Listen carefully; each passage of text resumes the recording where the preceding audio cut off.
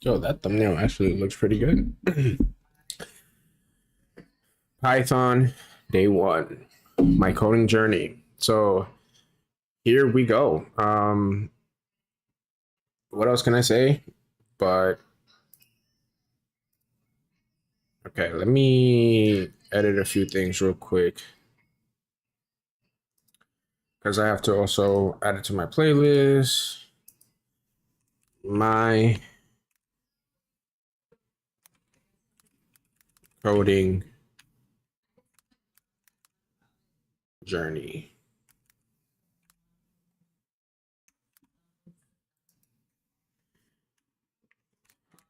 Tag along. that's all I have to put on there. Okay.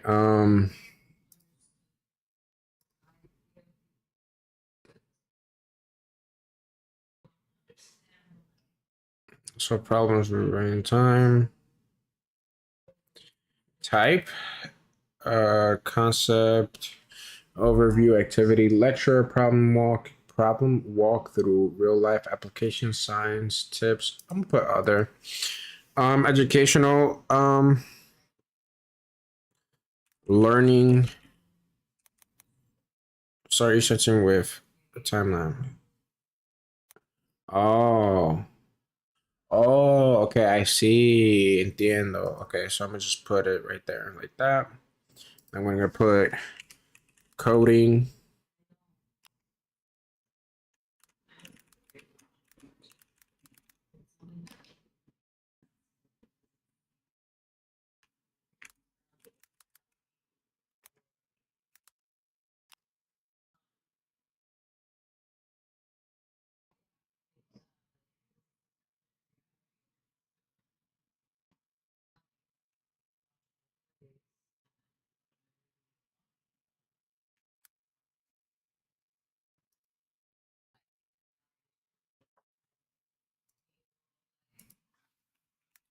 Udemy course.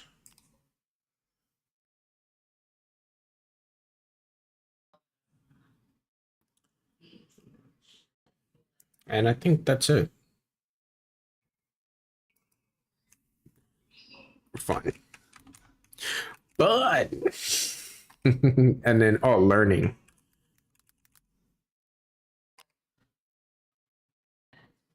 Okay. I think that's cool. Save.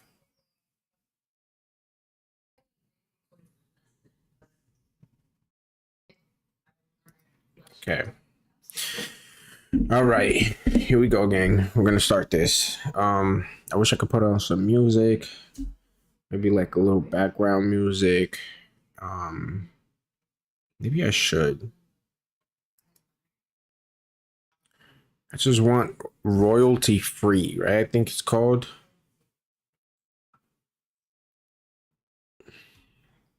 Let's see. See if Spotify will give me something. Royalty free. Chill, royalty free.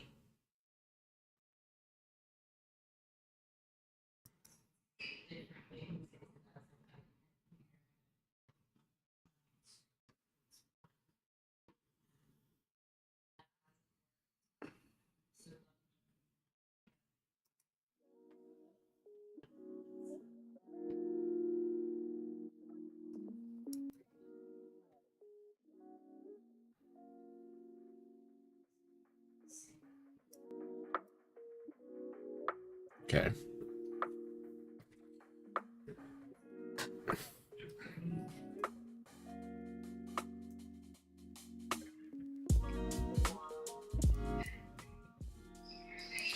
All right, here we go. Auto welcome message. Hello and welcome to the course. Okay, so let me start off by saying I had already done parts of these, right? So 5 out of 5, 5 out of 10, 29 out of whatever, right? So there are things that I've already kind of done. But they've updated everything. So the course constantly gets updated, I'm pretty sure. And most request skill of 2023. All right. So anyways,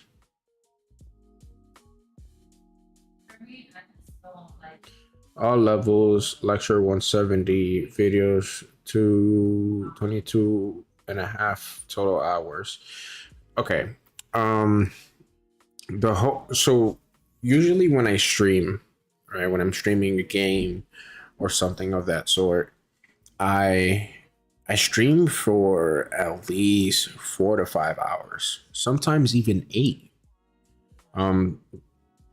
But what I'm gonna do with this series, and also my journey, is I'm gonna give myself at least 4 hours, right? If just 4 hours, maybe push it to 5 hours, or at least give it a range from 2 to 5 hours, right? Every time that I want to like study, right? So that's how we're gonna go. Python, ugh. I mean, this is where I'm starting, bro. I'm sorry, bro. This is the course that I got. If you recommend a better course, definitely let me know, and I'll pick it up after Python. But I have lifetime access to this, so yeah, it's Python, and maybe it sounds ugly, but it's starting, right? Everyone has to start somewhere. Also, welcome in. Anyways, so let me just go ahead, give it a range from 2 to 5 hours. No, I didn't mean ew. Oh, you said ugh. Oh, okay, okay, okay. Like, okay. Yeah, it was good. It was good. It was good. Okay. I don't have ad free, so let me just mute that in the meantime. Anyways, let's start it. Hello and welcome to the course. This is just a quick automatic message with some useful tips. The next video goes over a lot of this as well. Please watch the course overview lecture. Lots of useful info there. Our course notebook can be found and I'm pretty sure, yeah, it's gonna say we go over downloading and using the notebook in the lecture videos. So don't worry about how to use the link above. We will walk you through it. You can ask questions on the forum. There's a Discord link. There's a YouTube on how to use the chat, and then there's I don't control certification. Udemy does. Information on this can be found here, and then there's slides. All right, so that's the first thing. Okay, so one thing that I do have to say is that there are gonna be some videos that don't show up, and I think that's just to protect the website. But I'm pretty sure you guys will be able to hear what they say or what they speak about. What I'm mainly gonna be streaming is the process of me trying to learn what the problems they give, like trying to solve the problems they give me, and then just trying to figure out how to go about the lecture. So going into the course introduction, hopefully you guys can see this. How to get help during the course. Okay, here we go. Hey everyone, it's Jose here, and welcome to the course overview lecture. Yeah, for real. I'm excited that you're starting your journey to learn. Hey, Ryzen Kishin. I'm sorry, Ryzen. I think it's Ryzen. I'm gonna say Ryzen. Ryzen feels good. So, what brought you on here? Are you a coder yourself? Do you code? Are you a developer? Or you just You just looked up Python and was like, oh, this guy's streaming. learn Python. I know it's sometimes Just Ryzen? Okay. skip these intro lectures and go straight to the technical material, but I have one favor to ask of you as you go through this course, and that is to please don't skip this lecture. We're going to cover a lot of important material in this lecture, such as where to find the notebooks, how to approach the course, how to ask questions. So please watch this entire lecture. That way you can get C++, but I didn't finish. Yo. You know what? So then I hope this is inspiring for you. And I'll tell you what will make this inspiring. So I don't know if you saw the details of my video, the description, but I'm gonna just read it because I could also say it, but I'm gonna just read what I wrote. I attempted to pick this. I attempted to pick Python.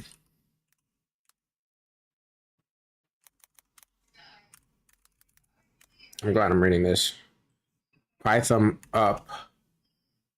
I attempted to pick Python up a while back, but due to a traumatic experience of getting randomly shot at while walking with my wife, it completely threw off my drive and concentration. Now I'm here to continue that journey and welcome you along to either inspire you or receive support from you. So, so I actually tried to pick up Python a while back, and then, like I had an experience where me and my wife were walking, and she was venting to me and crying, and then somebody randomly started shooting, and they pointed their gun and shot at us. Thank God I'm okay. But around that time, I was actually picking up this course very seriously. I had a friend that I was doing it with, and I was like focused on this and really wanted to.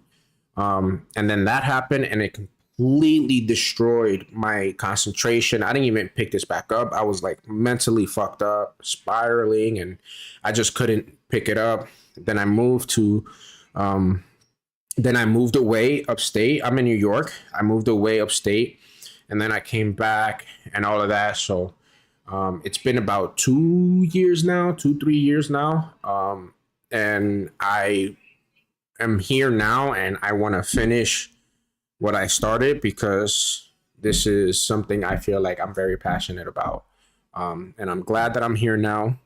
But yeah, C++. The friend that I was taking this course with, he was doing Python and then he was going to move on to C++. So that's why I also bring this up. It's like very relevant. And I encourage you to, finish it.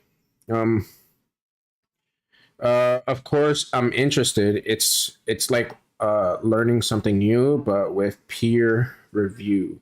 I'm still like that, sadly, but that's why I'm working on warehouse. But I have back pains and away from work at the moment. Oh, okay, I hear you.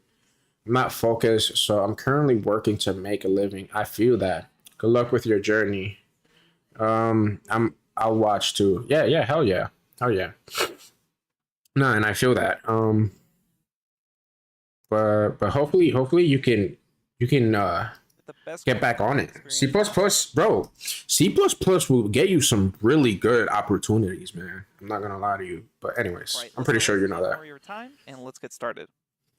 In this lecture, we're going to talk about useful tips for going through the course, how to get help during the course, general advice on how to approach the course, where to find the course notebooks, and how to use the student chat channel. Okay. So some general tips as far as your course taking experience. When you're using the video player, you can use the gear setting to either speed up or slow down videos. So if you're like me and you like watching videos a little faster, maybe on 2x speed, you can use the gear setting for that. Or maybe English isn't your first language, you can slow down the videos, and you can also do things like turn on closed captions, or you can also change the streaming quality. You can use the Udemy app to download videos of the course lectures, and for more information on the Udemy app, you can check out the Udemy support pages for it. Also, make sure to use the Q&A forums. There's lots of previous discussion available there to help answer any questions you may have. Let's talk about getting help in a little more detail. let's talk about the best series of steps to take when you have a question that arises while you're taking the course. If you're coding along with the videos, it's sometimes really easy to make a typo, which is why we provide course notebooks of explanatory text and the Python code for every single lecture. So if you ever get an error due to code that you thought you were following along with in the video, you should double check your code against our course notebooks. You can always just download the notebooks directly, run the notebooks, or copy and paste from the notebooks themselves. That way, you can make sure that your error isn't due to some typo while you're watching the video. Okay.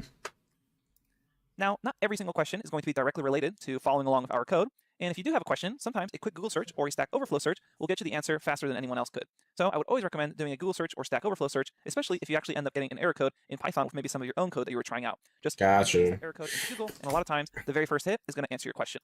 I mean, we also have AI now that I can most likely use. Like, I can copy some code or an error code, and I could put it into like ChatGPT or something like that to just better help me understand what I got wrong. But this is pretty cool.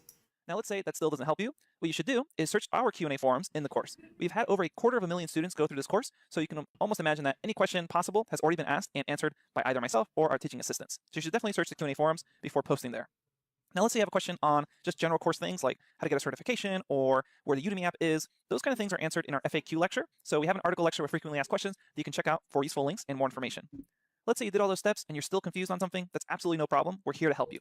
The way to do that is to submit a new question to the QA forums and make sure you provide details on what you've tried, screenshots of your error code, and really as much detail as possible. That way we can help you as quickly as possible.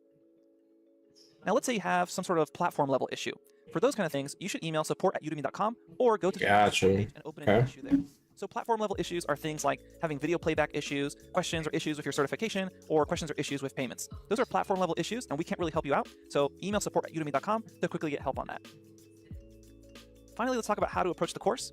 The best way to approach the course is to Now, let's say you have some sort of platform level issue. How do you save this? Now, let's say you have some sort of platform there you go. issue. For those kind of things, let's save that now. The best way to approach the course is to really review the notebooks along with the video. The videos are really great, but we want you to leverage the power of the notebooks we have for you. And both beginners and experienced users can really use the notebooks to best suit them. For beginners, I would recommend that you read the extra notes in the notebook as you go along with the video guide. If you're more experienced, what you may want to use notebooks for is to quickly review them and see which parts you may already know or may already quickly feel comfortable with. That way you don't feel slowed down by the videos. So beginners, really use the notebooks, read them well, go along with the video. Experienced users, check out the notebooks or it allows you to maybe skip certain parts of the video and go to where you need a little more drilling down in. As far as these course notebooks that we keep mentioning. Oh, okay, I see. Check exit code, but there are run apps there that check codes as well as it runs. Forgot the resources where it was available. Oh, interesting. What how were you learning C++ if you don't mind me asking? And do you still have access to that course at all? Only question why I'm asking is because on Udemy, right? I'm not sponsored, but sponsored now. On Udemy, I got this specific course and I paid like, I think it was like $20 or something like that for lifetime access. They had like a promotion going on and that's how I got into it. I'm pretty sure I can learn C++ through here too, which is something that I'm considering on learning after this, but we'll see. Personally, what I want to do with coding is I want to be a developer.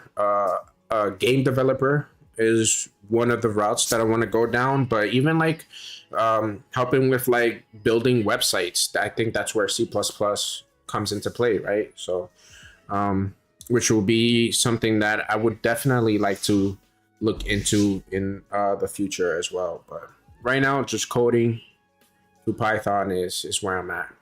Let me save this note real quick too.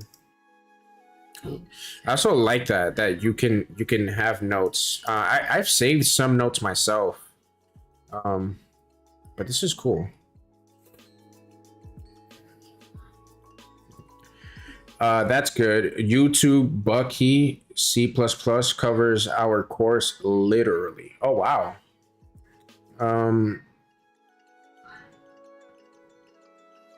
Ours is just understanding small codes. Interesting. Okay.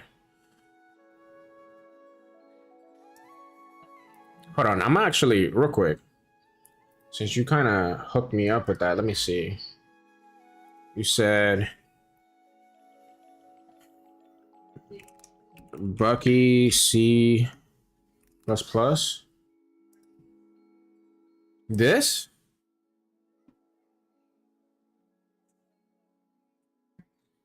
Bucky's C++ tutorial?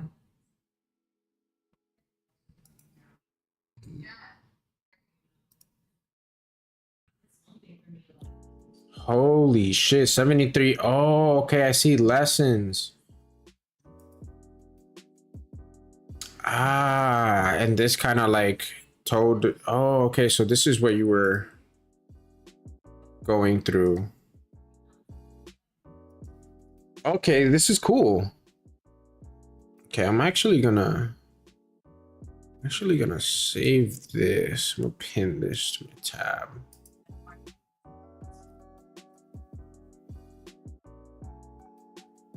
Let me find the correct one in order. Yeah, that's the one. Yeah, I got it. I saved it. I pinned it. As far as these course notebooks that we keep mentioning, you should check your automated welcome. Ours covers 1 through 30. After that, we Python code lecture. deviated.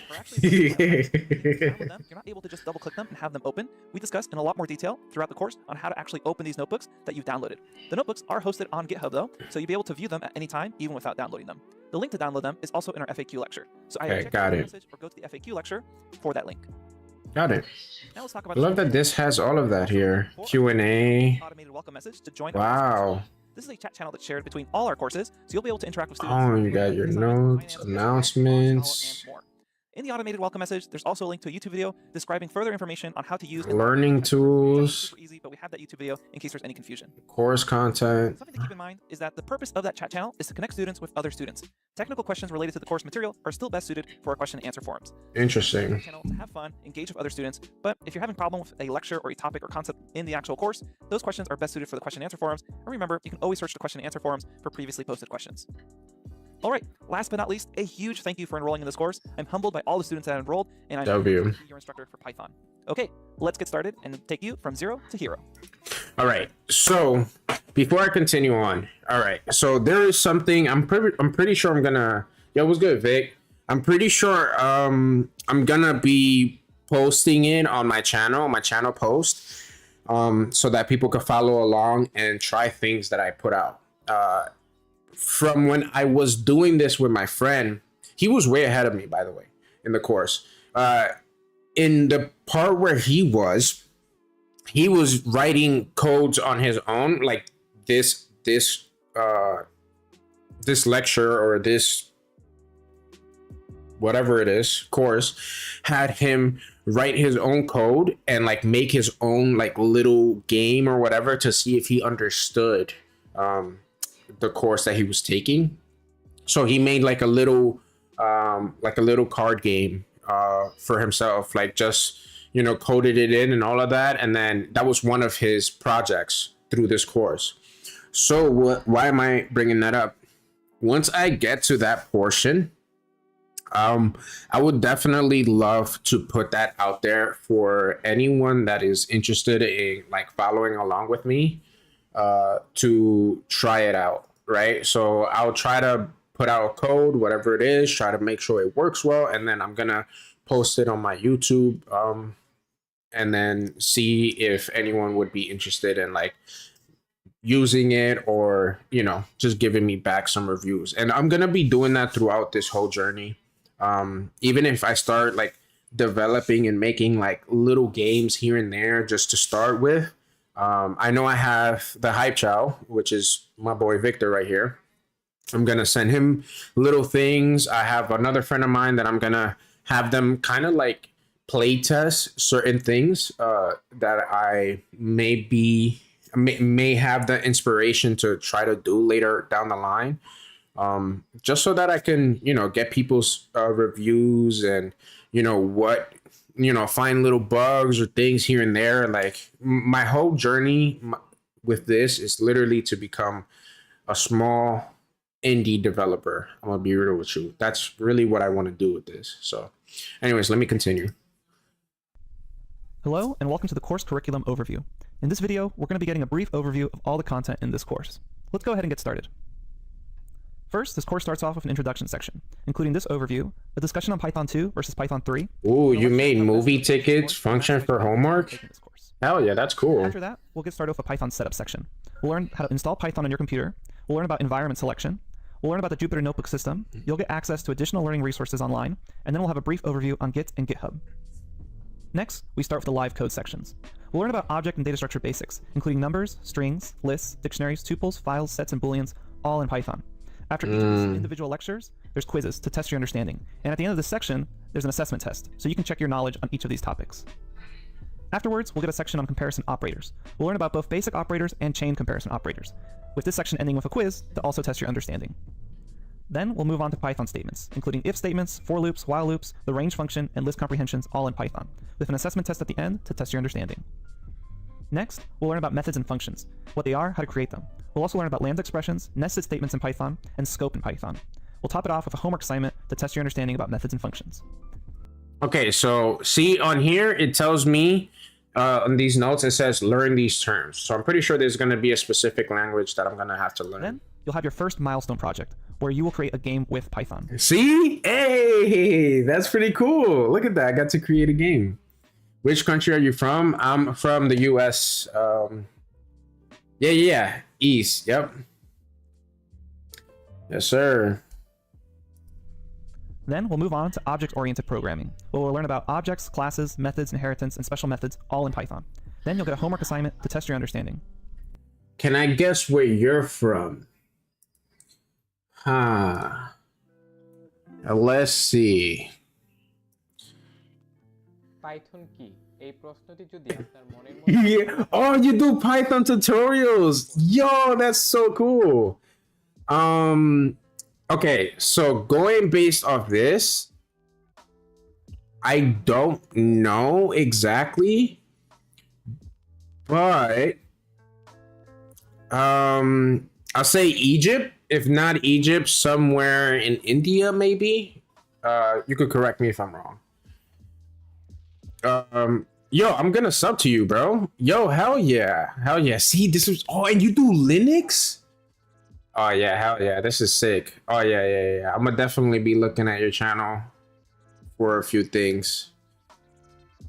That's dope. That's dope as hell. W Mans. Oh fuck yeah. I love that this is inspiring people to come in. After that, we'll learn about errors and exception handling in Python, And check things out. including what errors are, Bangladesh. Ooh, that's cool. what exceptions are, and how to use try, except, and find Hell yeah. errors and exceptions. Yes, I'm welcome, bro. I'm welcoming the coding community, bro. I want to learn this, bro. This is inspiring. To test your knowledge and your understanding so far in the course. Then you'll come up with your second milestone project, where you're going to create a more complex game, all in Python. Afterwards, we'll learn about modules and packages in Python, how to create them, how to install them from the internet, and we'll explore the Python ecosystem in general. Then we'll move on to built-in functions in Python, such as map, reduce, filter, zip, enumerate, all and any, and even how to deal with complex numbers. Got you. In this section, we'll have a final assessment test where you can test your understanding for built-in functions. Next, we'll learn about decorators in Python, a 3-part series ending with a homework assignment. Afterwards, we'll learn about Python generators, including iteration versus generation discussions, how to create generators, and a homework assignment, again, to test your knowledge about Python generators. Yo, thank you. What is that? Ayon? That's Ayon? Yo, I appreciate you. Thank you so much. After that, we'll put together everything you've learned in a final capstone project. But that's not all. There's advanced bonus content, including an entire section about advanced Python modules and advanced Python objects and data structures, so you can level up your knowledge. There's new content regularly added to this section with dozens of lectures. Ooh, that's cool. You'll also get access to community forums and a dedicated help from me, your instructor. So that's the entire course curriculum overview. So let's go ahead and get started with the course. Hell yeah. See you at the next lecture. Let's go. That's so cool. I'm really excited to make my own code. Ooh, make my own games. That's so cool. What went well, bro? Skip it, bro. Let's go on to 4. We're on 4. Okay, so this is where you guys aren't gonna see the video, but it's okay because this is not what the stream is gonna be about. I think it's gonna right now. What it's gonna do is gonna help me download the things that I'm gonna be working on, and that's what I'm gonna be streaming. So Sure. I'm going to do a brief overview of what Python is and a little bit of its history, why you may want to choose Python for programming, and what you can do with Python. And this lecture in particular is really geared towards people who are new to programming and Python is their first language. As a beginner, it's often unclear what you can actually do with Python and what the difference between base Python is versus lots of additional libraries. So hopefully this lecture can clear that up for you. Let's start with just a very brief history of Python. It was created in 1990 by Guido van Rossum, who is pictured here, and Python 3 was released in 2008. We have subsequent releases happening after that, such as 3.1, 3.2, and so on. got you. Okay.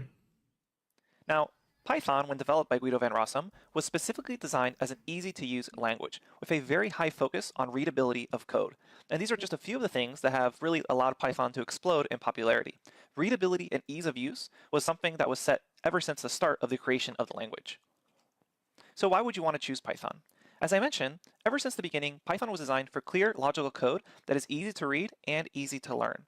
Lots of other programming languages use braces and brackets that can make code convoluted and maybe hard to read. But Python makes use of something called whitespace and indentation that we'll learn about later on in this course. Okay. That makes its code very accessible. Even if you don't know Python but you know another programming language, you can usually read Python without knowing the real syntax behind it. That's how readable it is. Now, lots of existing libraries and frameworks are already written in Python as well, allowing users to apply Python to a wide variety of tasks. Another reason that Python has really become popular in recent years. Another reason to choose Python is it really focuses on optimizing developer time rather than a computer's processing time. Usually, a developer's time Interesting. is valuable as a person rather than just the computational processing time. So the whole language of Python is designed for users to really get prototyping up and running very quickly. It also has fantastic documentation online and lots of helpful resources if you just Google Python help. So the official documentation is fantastic, and you can check it out at docs.python.org/3. Okay, so what can you actually do with Python? This course really first focuses on what I'm going to call base Python, which consists of the core components of the language and writing scripts and small programs. Python is often referred to as a program that comes with, quote, batteries included, which means even the base version of Python actually comes in with lots of additional modules that you can use for writing scripts. And as an example of that could be something like the random module that comes with Python, which allows you to quickly create random numbers, or the math module of Python, etc. Now, once we learn about base Python and its base modules, what we can do is later learn about outside libraries and frameworks that greatly expand Python capabilities. These are frameworks that are not included with base Python, but you can easily download and then work with your basic Python skills. So what can you do once you start using those outside libraries? Well, a really useful part of Python, especially if you're someone who works in an office or as an analyst, is automating simple tasks. You can do things like have Python automatically search for files and then edit them, scrape information from a website automatically. It can read and write Excel files, work with PDFs. It can even automate emails and text messages and fill out forms for you. Python is also extremely popular in the data science and machine learning world. It can do things like analyze large data files using libraries like NumPy and Pandas. It can also create visualizations using outside libraries like Seaborn and Matplotlib. There's also machine learning tasks, and there can create and run predictive algorithms using outside libraries like scikit-learn and TensorFlow. So lots of outside libraries have actually been developed for data science and machine learning, and Python is the most popular language in that field. Now you can also create websites. So if you're interested in web development, people have developed web frameworks such as Django and Flask to handle the back end of a website and user data that can communicate with the front end of a website. You can also do things like create interactive dashboards for users using Python libraries like Plotly and Dash. So once you begin to understand base Python in this course and begin working with a few libraries, I think you'll quickly begin to see the vast potential Python has for you in your own projects. So keep in mind, this course really starts from the basics in base Python, and then as you get more and more skilled, we'll begin to introduce these outside libraries to perform tasks such as working with PDFs or web scraping sites. This is so cool. With setting you up for the course. Thanks, and I'll see you at the next lecture. Hell yeah. Let's go. Okay. Here we go. All right. Is this the next course? Yeah, course FAQs. All right. No, many of these FAQs pertain to notebooks, Anaconda, and Python, all of which we will discuss in section 2 with video content. We have videos going over all about Python and the installation process. This FAQ is just here as a reference for you to visit whenever you wish. Interesting. If you want to continue with the course and the installation procedure, continue to the next lecture. Thanks. Okay, so where can I find a Jupyter notebook for the course? Right here. The older Python 2 notebook can be found here. And this is the newer one, right? The course is now in Python 3. I love that Udemy updates their whole thing. So we're in Python 3, but we still have access to Notebook 2. But I'm going to use Notebook 2 available for reference in case you need them. Okay, that's good to know. How do I download the notebook? We show this in a video next section. How do I, okay, this is cool. So this is something that I can come back to just in case. How do I get my certification? Ah, okay. Okay. We show you this in video. So all of this is going to be shown in videos. All right. So then we're just going to move on to the next section. And this section is going to be an hour long. So let's start with the basics. Hey everyone, welcome to this crash course lecture on using your command line. Before we install anything, including Python, it's actually really important to have a very quick overview of how to work at your command line. Okay. The command line basically allows you to programmatically move through your computer's directories. That way, you can run Python scripts at your command line. What we're going to cover in this short lecture is how to find your current directory, how to list all the files in a directory, how to change a directory, and then how to clear the command line screen. Something you need to understand, though, is that the commands are going to be slightly different depending on what your operating system is. So, ooh, this is sick. So if you're using Linux, you jump to 453. I'm using Windows, so I'm gonna stick to the regular course. And then I guess when it goes to 453, I can skip that because I'm not using this. But this is cool because I kind of want to get into I know you guys can't see it because it's a black screen, but I'm just expressing what I see visually. So I do want to try later down the line and use Linux, like kind of build my own PC from the ground up type of thing. I think that's what Linux is. So, but baby steps. for macOS and Linux users, go ahead and jump to this time in the video in order to go through your set of instructions. If you're a Windows user, go ahead and jump to this time stamp at the video to jump to your specific instructions. And then once you've gone through your command line crash course, go ahead and move on to the next lecture. Gotcha. Because the commands are slightly different for Linux and macOS users versus Windows users. Okay, go ahead and jump to the correct timestamp and we'll meet back there. All right, so let's go over the Windows command line operations. At your computer, to find the command prompt, all you need to do is search for the term CMD, and you should be able to find command prompt as the best match. Hey, here we go, gang. All right. All right, here we go. So this is where I'm gonna split up this. I'm gonna make it so that it views this. Right, and then what we're gonna do is we're gonna bring this and we're gonna make it a little shorter because this is our point of reference, and I want you guys to also know that that's what I'm watching, of course. Okay, so let's go here. We're gonna go right here, and we're gonna go CMD, right? Command prompt. We're gonna click on this. If command prompt doesn't show up when you search CMD, instead just search for the whole phrase, command prompt, and then you should see command prompt desktop app. Once you've opened up your command prompt, you should see something that looks like this. Okay. Let's start off by finding out where are we currently located. Basically, what's our current directory? I can use the command line to interact with my computer, but to actually perform those interactions, I need to know where I'm at on my computer. You can think of this as basically programmatically moving around through files and folders on your computer. You can type out CD, hit enter, and this will report CD. back your current directory. Now, Okay, so we're here. actually basically gives you the file path of where you already are, but sometimes if the file path is really long or you're dealing with more complex things like virtual environments or installations, it's always a good idea to check your current directory by typing CD.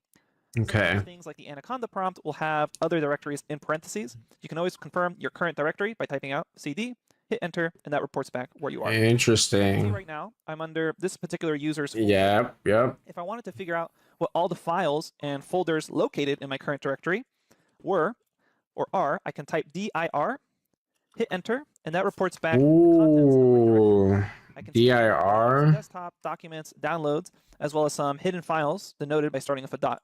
But basically, this is everything that's in this folder. See users, marcial. Oh, Scroll down, see okay. CSV files, pictures. Now let's imagine I wanted to actually move into one of I these. do have Anaconda on What I here. can do is type cd and then the name of that folder. For example, if I wanted to change directories to my desktop location, I can type cd, change directory, space, and then desktop, hit enter, and now I'm at my desktop. And I can type Oh, cd, and he's talking about this. Oh, okay. up a directory. All I need to do is type cd, space, dot, dot, or period, period, hit enter, and now I've moved back up a directory. Wow. Actually, Okay. type in the entire file path if you're moving around. What you can do is say cd, begin typing, such as the letter D, then hit tab, and you should be able to see it autocomplete for you. Okay, As so I hit tab, I get the various options. Such okay. as starts with a capital D. Okay, so this is just an example, right? I think what they're doing is just showing me how kind of like what I'm gonna be like what I'm doing. So CD, and then let's say I want to look at desktop or download or everything that starts with D, you know, on here. Oh, document. Wait, what was it? I hit tab, right? Yeah, yeah. You see how it's like scrolling through, right? So document, downloads, and stuff like that. But like, let's say if I wanted desktop though, right? It would. Oh, you can't find that path on there. Oh, is it because? Interesting.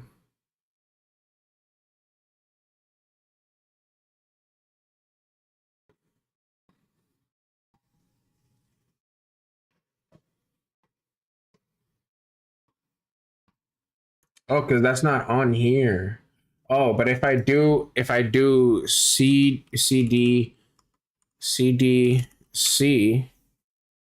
this will go through everything that has a C. Okay, I understand. So I don't really have to like type everything out. I can just basically write what it is that I'm looking for and then or just start like, I don't know, a sentence or whatever and then just tap through it and it'll give me all the other options. So I can go to documents, hit enter, and then if I wanted to see all my documents, I can type dir, and we can see all our documents here. Again, if I want to go back, cd space dot dot, and if I ever want to clear my entire command line screen, I can type cls, and I've cleared the entire screen. Oh, okay. That's really all the basics we need to know for right now. CLS. Review, cd I like that. current directory. Current directory. Everything in my directory. dir. CD, and then the name of the folder that I want to jump to. For example, if I want to go to downloads, cd downloads. Again, you can hit tab to autocomplete. And if we ever want to jump back up, cd. And if we ever want to clear the screen, it's CLS. That's the downloads and then cd discuss how to dot dot.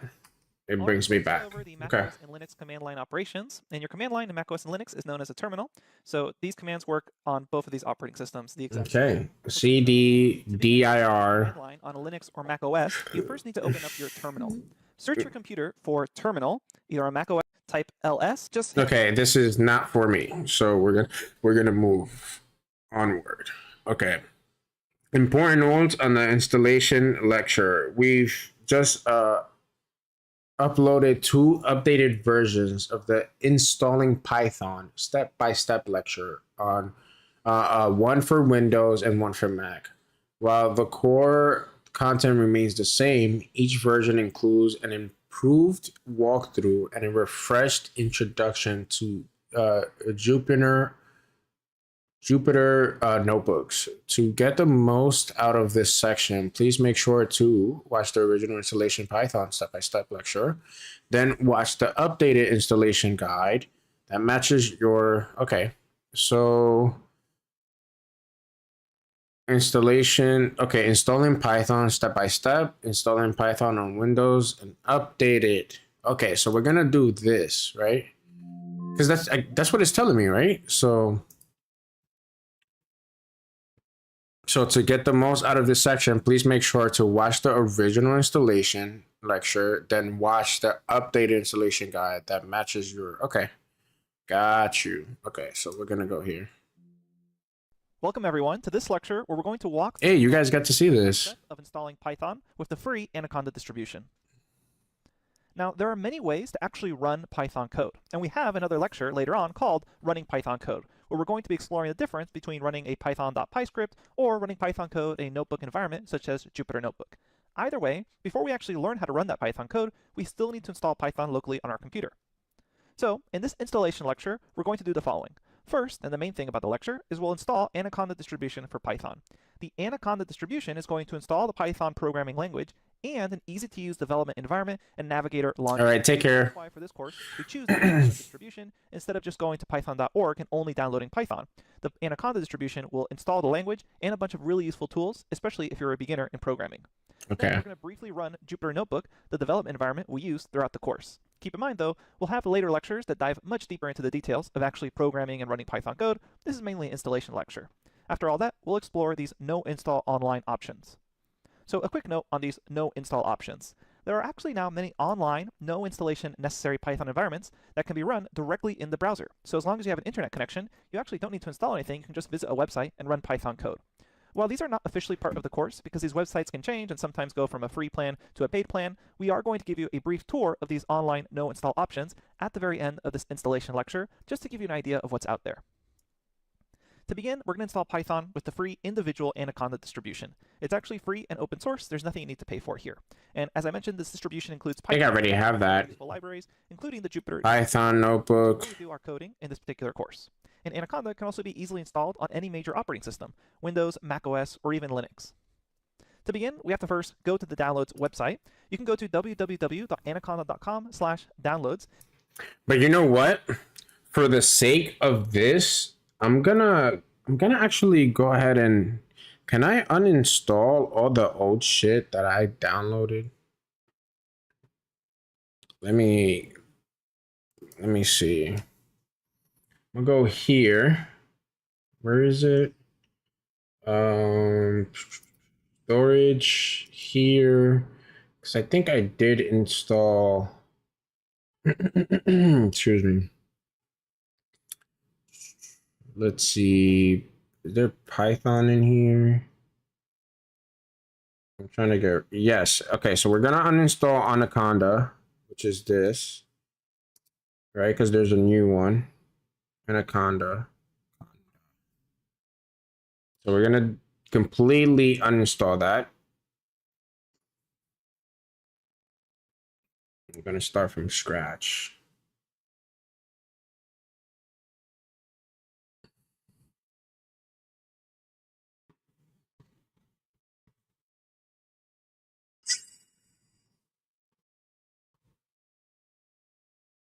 I'm just waiting for this to finish. And then let's look through here real quick because I think I have. Oh, okay. Uninstall this. I didn't know that I had this. Oh, I uninstall the whole year launch. Okay. Riot Vanguard. Okay. Yo, there's a lot of shit on here that I didn't realize I had.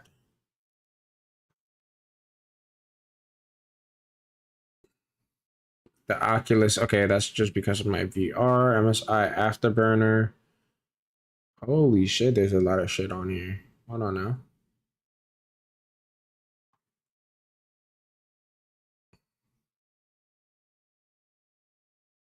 Okay.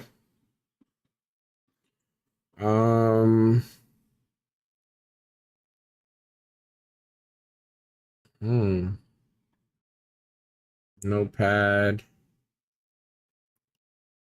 Okay. Okay. All right. Anyways, let's see. Did this uninstall? Perfect. Okay, cool. Finish, and then we're good. All right, beautiful. Okay. So now we have to go. Let me open up my second browser. All right. So right here, we're going to go ahead and go to anaconda.com/download.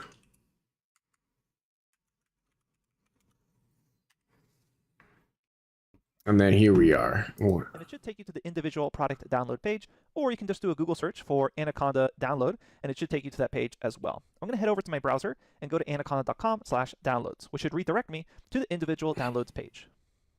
Okay, here I am at Google, and what you can do is just search Anaconda download, hit enter, and it should take you to anaconda.com products individual, and this is the download page we're looking for, the individual edition. Or if you directly type in anaconda.com/download, it should also redirect you to this page. Keep in mind, Anaconda does change the look of this page from time to time, so at a certain point in the future, it may look slightly different to you, but overall, there should be some sort of download and install option on this page. The individual edition is free and open source. There's nothing you need to pay for. And you'll notice that eventually there's going to be a download button on this page. What you do is you can just scroll down here. It's going to talk about the various aspects that are included with Anaconda. Really, it's not just the Python programming language, although that's definitely the biggest part of it. It includes a bunch of libraries and really useful tools, especially if you're just a beginner. So what I'm going to do here is I'm just going to scroll down until I get to the Getting Started with Anaconda section and the Anaconda installers, which is really what we're looking for here, this Anaconda installers, and it's probably going to be at the bottom of the page. Also, if you just scroll all the way back up here and click download, it will automatically take you to the installer section. Now, depending on your operating system, you'll want to download the Windows installer, Mac OS installer, or the Linux installer. wait, gang. That are included at a certain point in the future. It may look slight at Google, and what you can do is just search Anaconda download, hit enter, and it should take you to anaconda.com products individual. Okay. So you're telling me if I go Google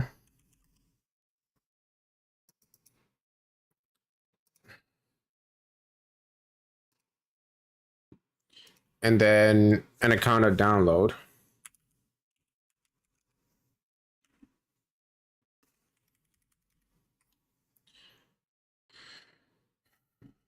it should take me to here. What is the individual edition?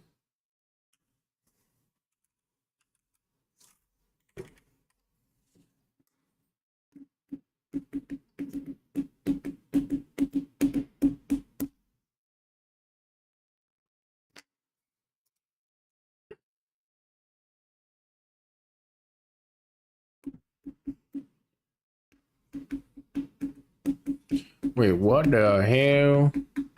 What the hell?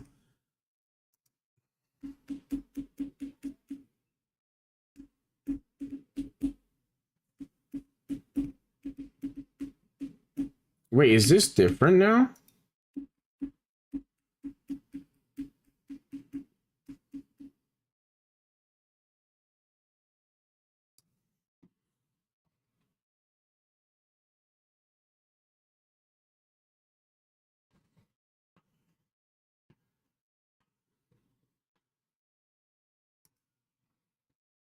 Yeah, this is completely different. Holy shit. Okay. So Anaconda download.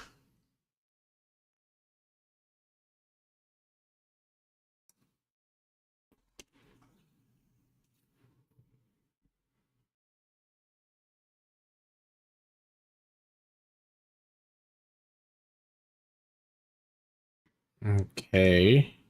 Do I have to? I hope I don't have to like sign up. Yeah, I accept. That's fine. Explore community package from trusted sources.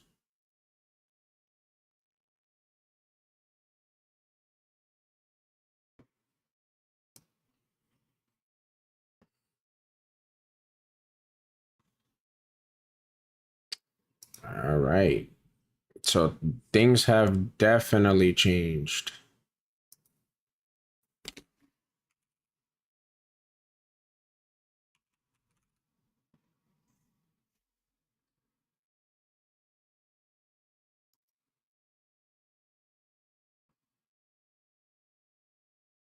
Trying to look for the individual edition.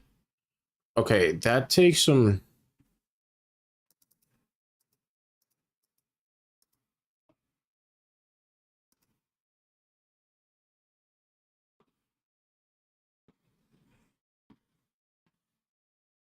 Register to this to get everything you need to get started on your workstation, including cloud notebooks, navigator, AI assistance, learning, and to search and install. I guess this is like the new thing.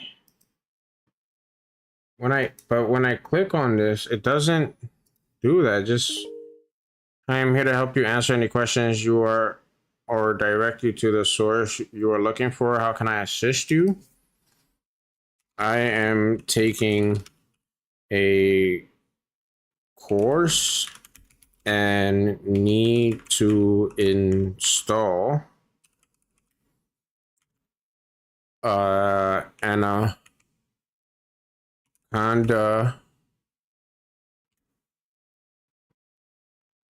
in the oh wait, but this is no. This is the old video, right? Because there's something new now. You know what? Let me go to the new video because I completely forgot about that. Let me go to the new video. Fuck this video. All right, so here we are at anaconda.com, where we can grab the full Anaconda distribution. To get started, click the free download button in the top right corner, which takes us to the download page. But that's what I Here did. you have the option to create an account, but we'll skip that step for now by clicking For this course, we're going to download the complete Anaconda distribution that you see on the left, not the Miniconda installer. Got On your you. operating system, you'll want to select the appropriate version, which is usually highlighted in the download button. If not, click the Windows drop down below to select the correct version. When you click the download button, it should have a Windows logo next to it, and it'll automatically download the 64-bit version, which should work across all recent 64-bit versions of. Okay, it's not working on this browser. So let me go ahead and try it on this browser instead. Anaconda.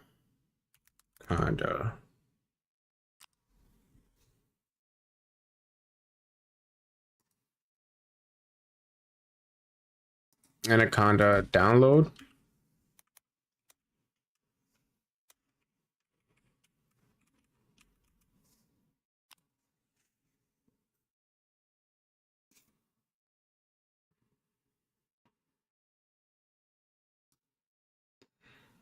Right over here, and then we do free download.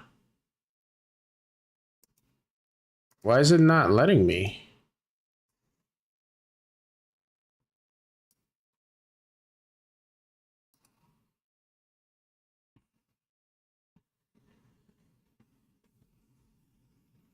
Okay, we have to do the same thing here, brother.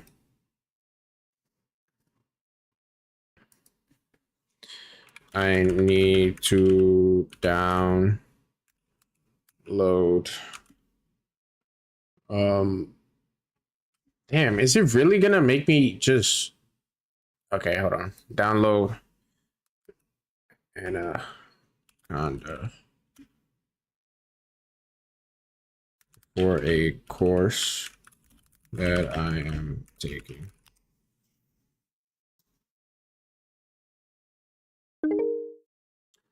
Oh, the Anaconda installer link. Use the Anaconda installer is subject to terms. Okay, so is this a link? Is this where I go? Right, this is where I'm at. What the fuck? Free download. And it doesn't do it. Okay, so let's get started, I guess. So it's already have an account, sign up with your email. It doesn't, so okay, so see the video here, and I'm gonna go over this. But the video here, I guess this has changed. Correct. If not, your operating dollar on the distribution. The option to create an account, but we'll skip that step for now by clicking. I can't skip that. Skip registration. For this. Yeah, I can't skip that. I literally have to make an account. Okay, está bien. That's fine. All right, so this is where we start problem solving already. Cool. So let's get started. Gonna sign in with my Google account.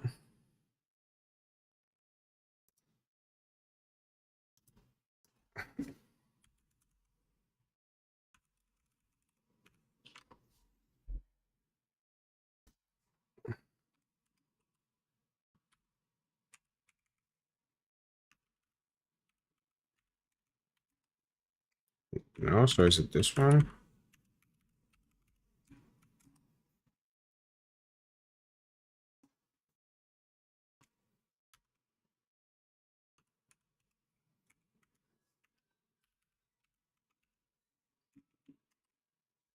Okay, hold on. Let me pull that to the side. And do I have cap locks?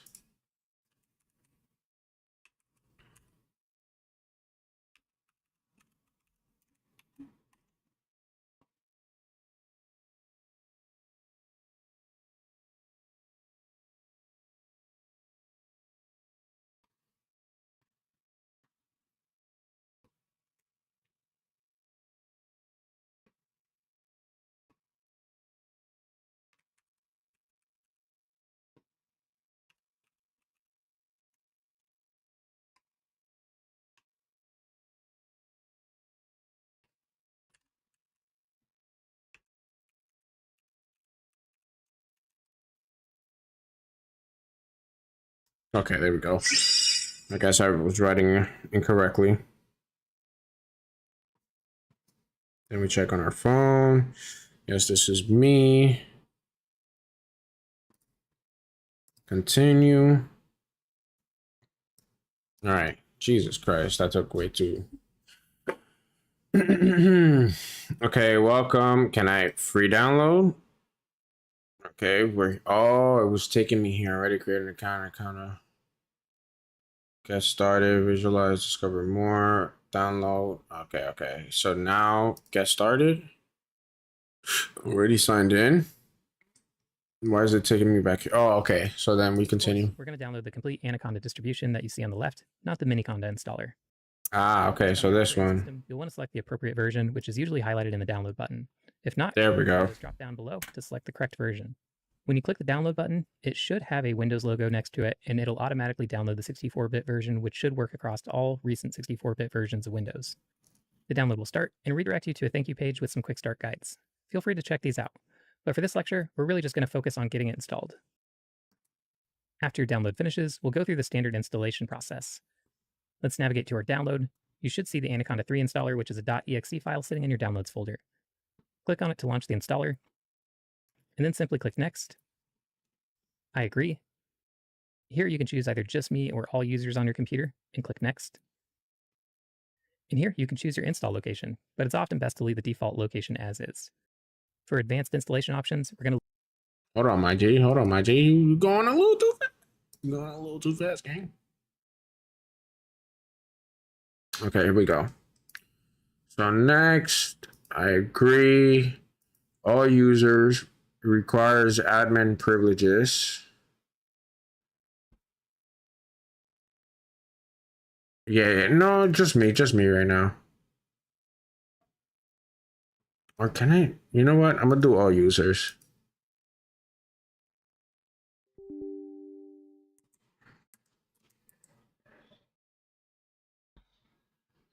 Okay. And then next. Just me or all users on your computer, and click Next. And here you can choose your install location, but it's often best to leave the default location as is. For advanced installation options, we're going to leave everything as the default, and then click Install. Now, this part can take around 5 minutes or longer depending on your computer, so just be patient while the file finishes installing. Once it's complete, click Next, Next, and optionally, you can uncheck the Welcome to Anaconda resource page since it just relaunches the same thank you page we're already on, and then click Finish. Okay. Anaconda Navigator should now automatically launch.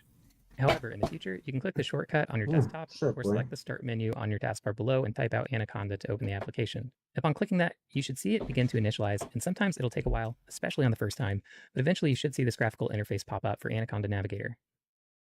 Excellent. Let's skip the AI coding help for now. And here we are at the Anaconda Navigator. Okay, let's slow down real quick.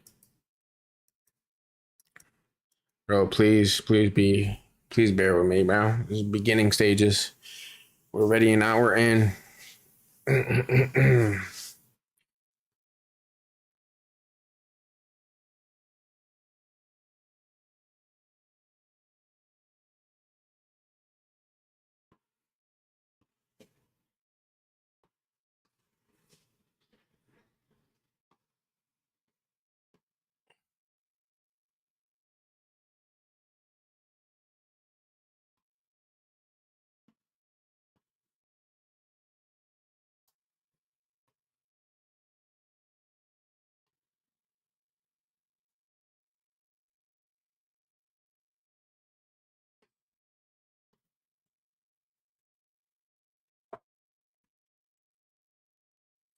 Ah, damn, why is it taking so long? Okay.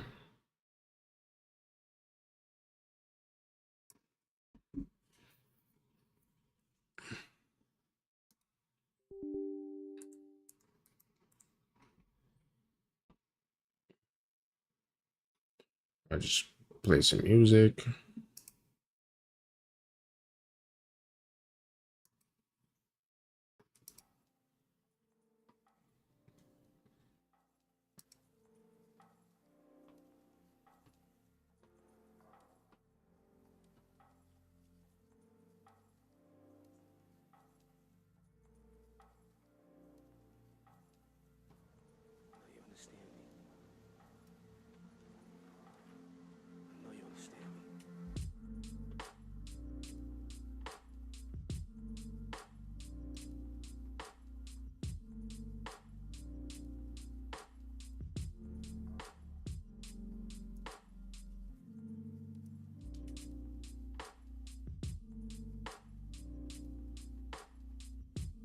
There we go.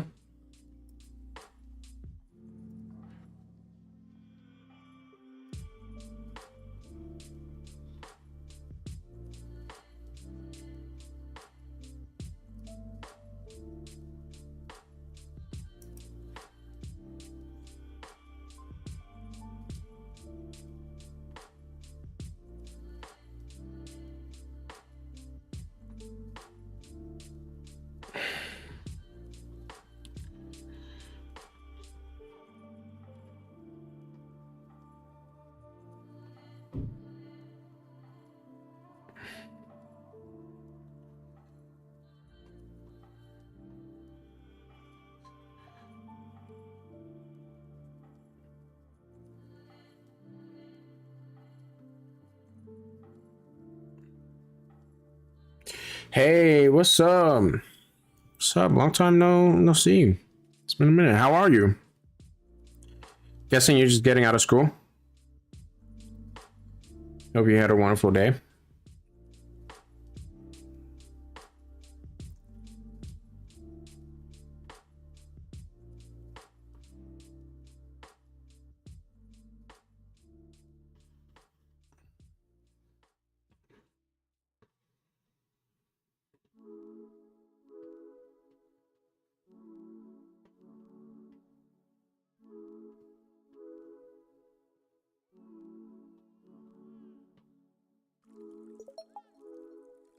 I was Temmie, but I sold good stuff and everyone waited to buy from me. Oh, that's cool. And good? Hey, that's what's up, yeah. Glad you had a good day so far. I'm picking up some coding through Python.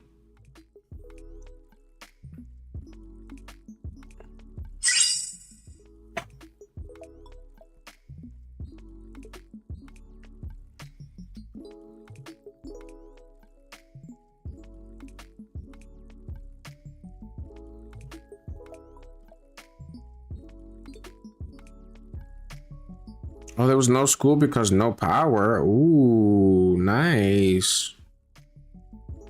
Lucky for you.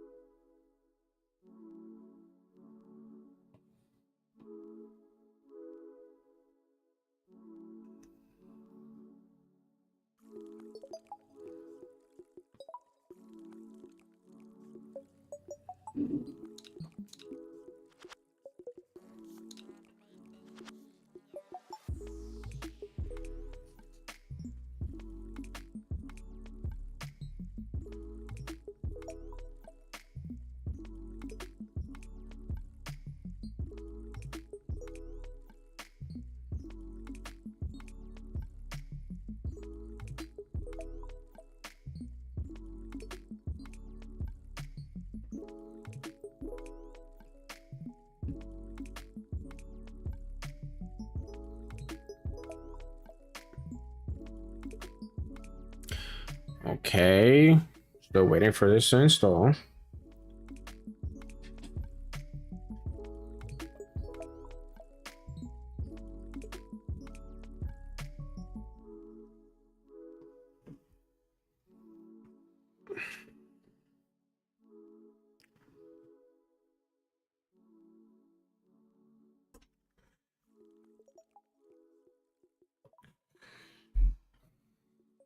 Sadly, my iPad died at like my 6th customer. No. No.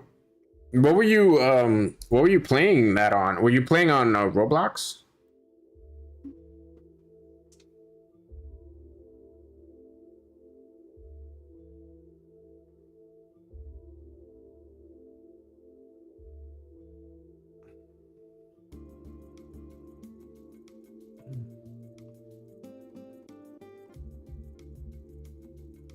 Okay, next.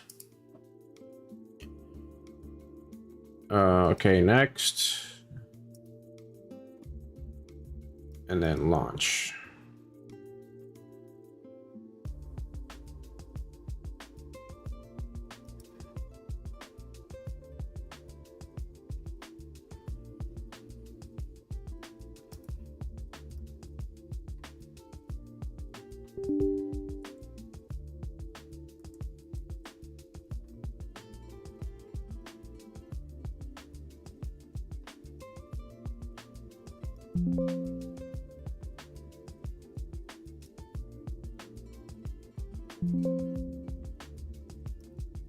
Wait, why is it making me download it again? What the fuck? Brother. Why did I have 3 of these?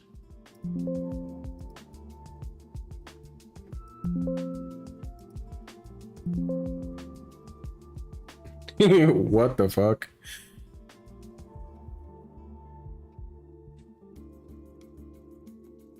Sign in for AI coding? Wait, what did he say about that? Page, since it just relaunches the same thank you page we're already on, and then click Finish. Anaconda Navigator should now automatically launch. However, in the future, you can click the shortcut on your desktop or select the Start menu on your taskbar below and type out Anaconda to open the application. Upon clicking that, you should see it begin to initialize, and sometimes it'll take a while, especially on the first time, but eventually you should see this graphical interface pop up for Anaconda Navigator. Excellent. Let's skip the AI coding help for now. And here we are in Anaconda Navigator. So let's launch Jupyter Notebook by clicking Launch. Time out. Why is it not letting me?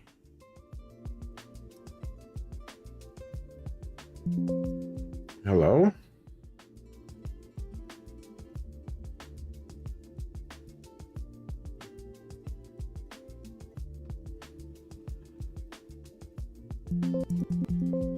What the fuck?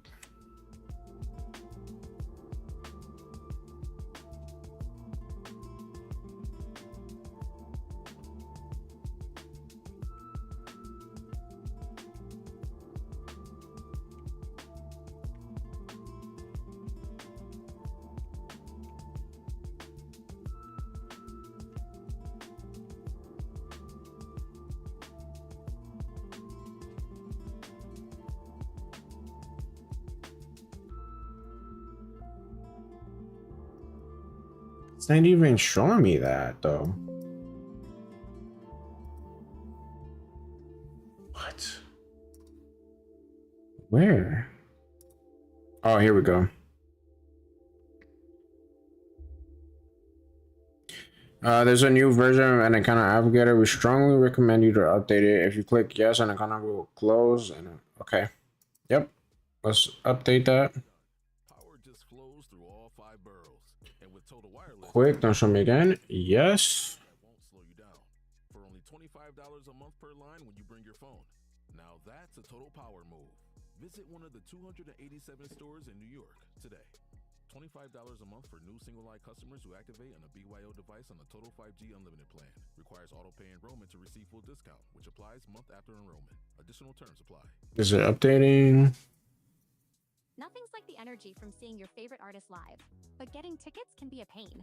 The Game Time app gives the advantage back to fans. Unlock amazing tickets with helpful seat views in just a few taps. Plus, fees are always included, so what you see is what you pay. Snag tickets for smaller acts to some of the biggest names on the charts. Bring your playlist to life. Download the Game Time app to find ticket deals for upcoming concerts and events. Swipe, tap, ticket, go. Game Time. In communities across New York State, Amazon offers hourly employees health care on day one, with opportunities to grow their career and their paycheck. Learn more at aboutamazon.com.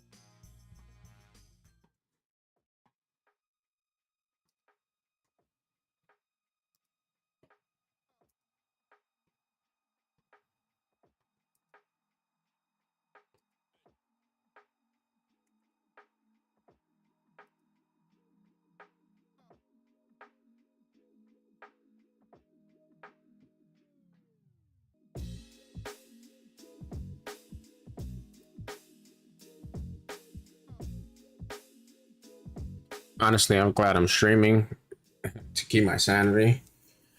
Yeah, it was on Roblox. The game is called Undertale Role Playing Crossing Timelines. Ooh, that's cool.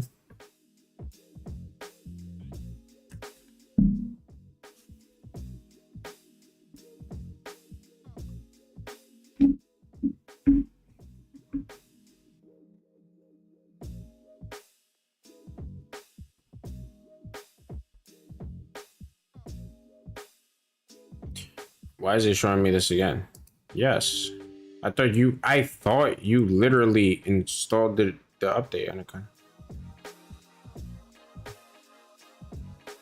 Update now? Why is it doing this? Anaconda Navigator is still busy. Do you want to quit? No.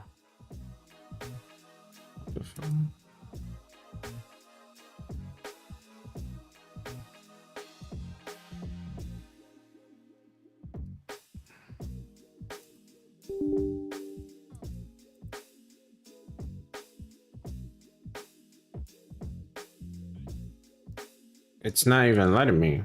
Why is it even giving me that option to get to update?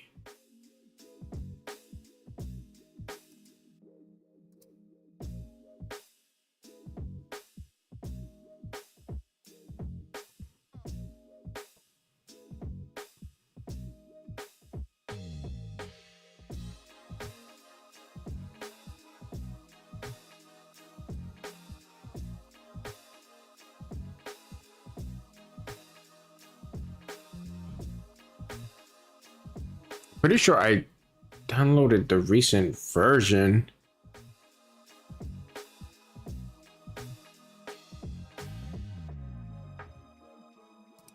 Yeah, don't show me again because it's bug. That thing is bugging out. Anyways, let's continue on. Again, it might take a while, but once it finished AI coding help for now. And here we are at the Anaconda Navigator. So let's launch Jupyter Notebook by clicking Launch. Again, it might take a while, but once it finishes loading, you will see a list of your files and directories. Now it's just in a new style. Note that due to some Anaconda upgrades, you can now create projects directly within Anaconda. Feel free to take a look, but we'll skip that part for now.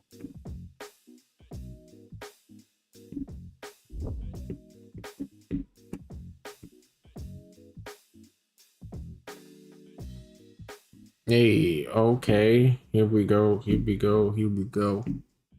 Here we go. Here we go.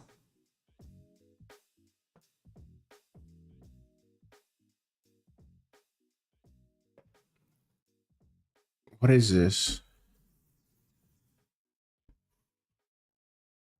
What did he just open up?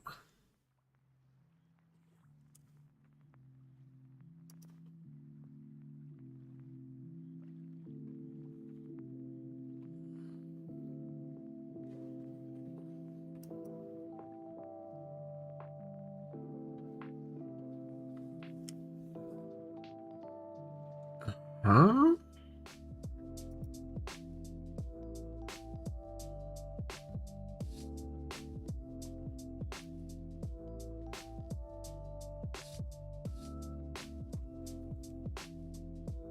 That was 3 years ago. Wow.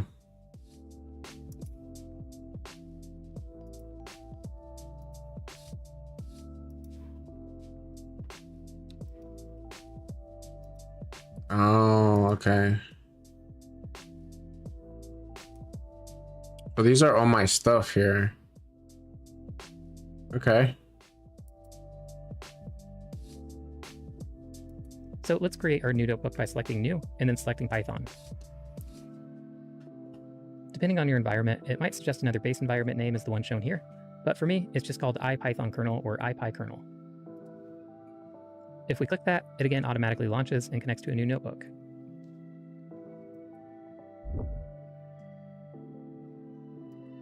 Alright, so besides looking a bit different, all shown functionality still works similar as shown in the previous video.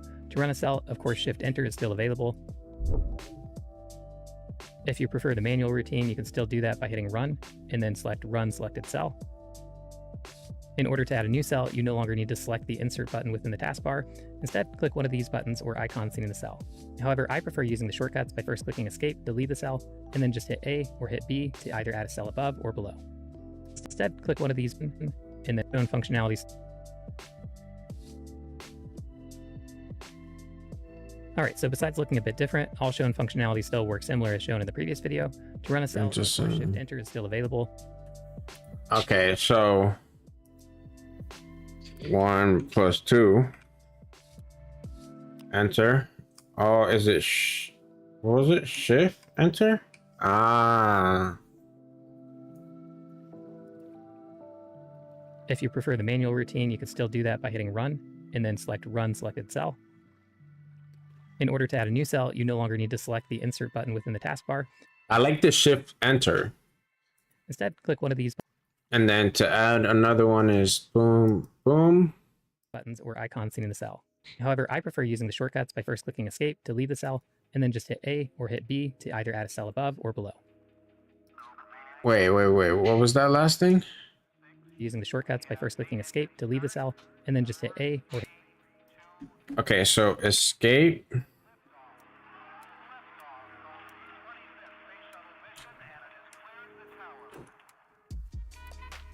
Wait, what?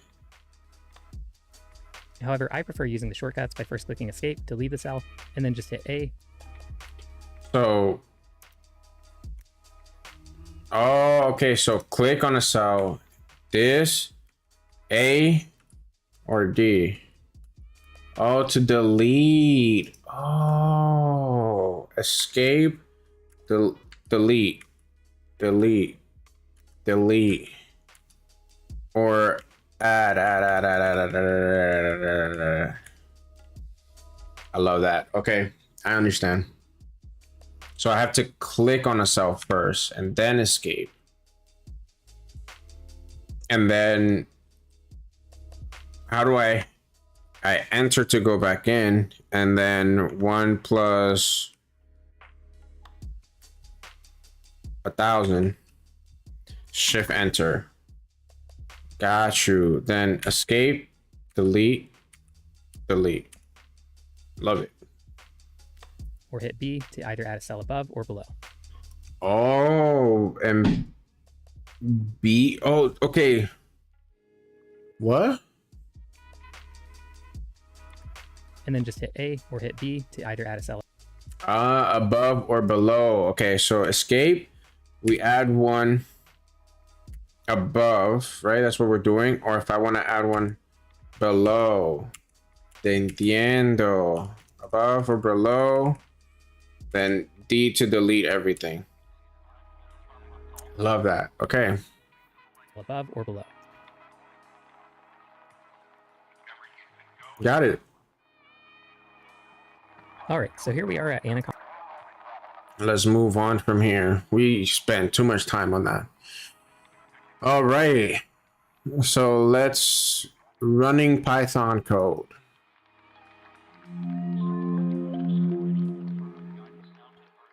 Welcome back, everyone. By now, we've learned about the command line basics, and we also have installed Python onto our computer. It's time to actually run our first piece of Python code. Before we do that, I want to discuss the several different ways you can run Python code and the various options there are for developing environments for Python.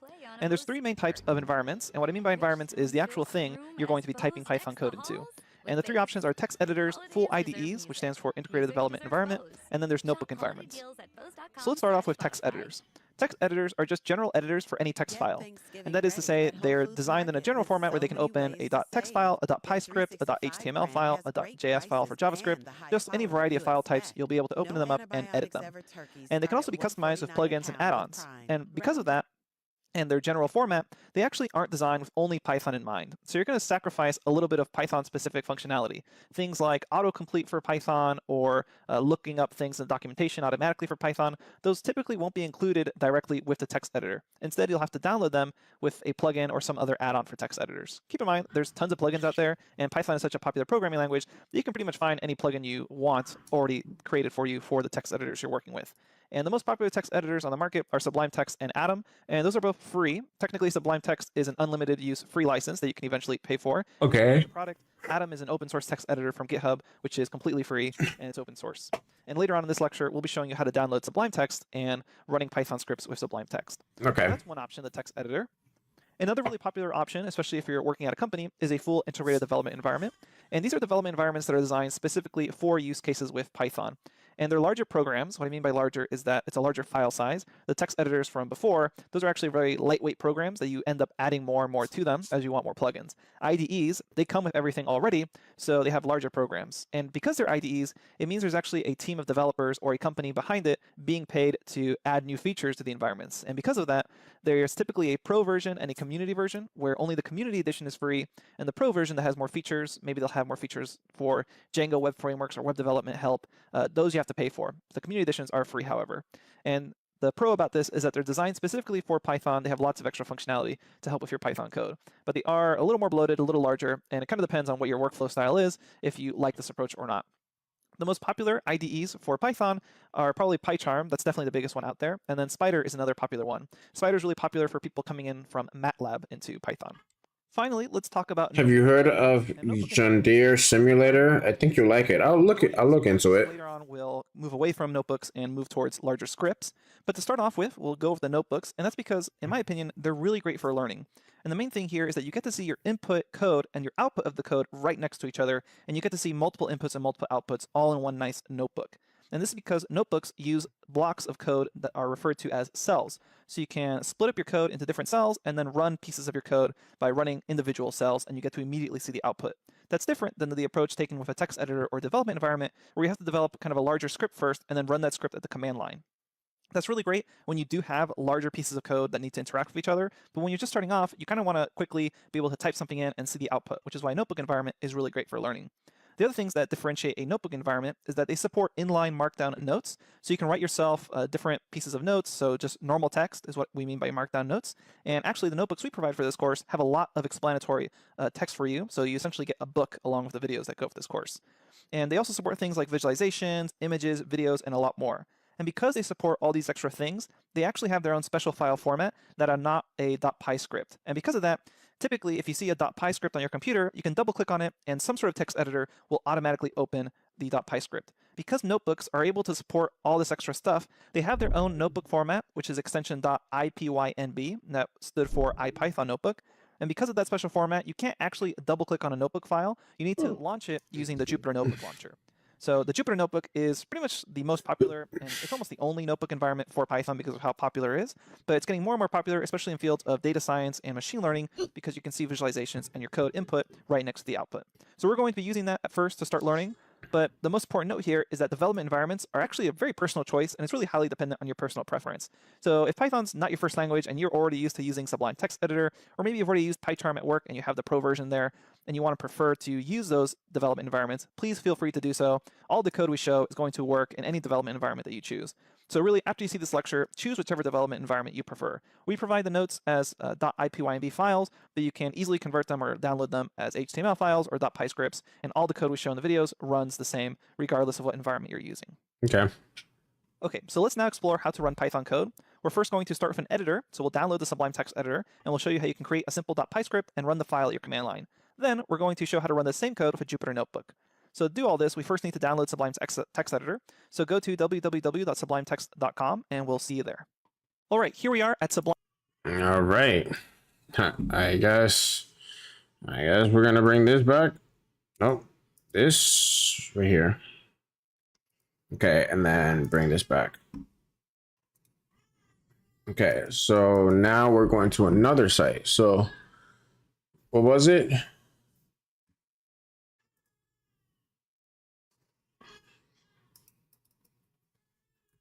Sublime Text.com.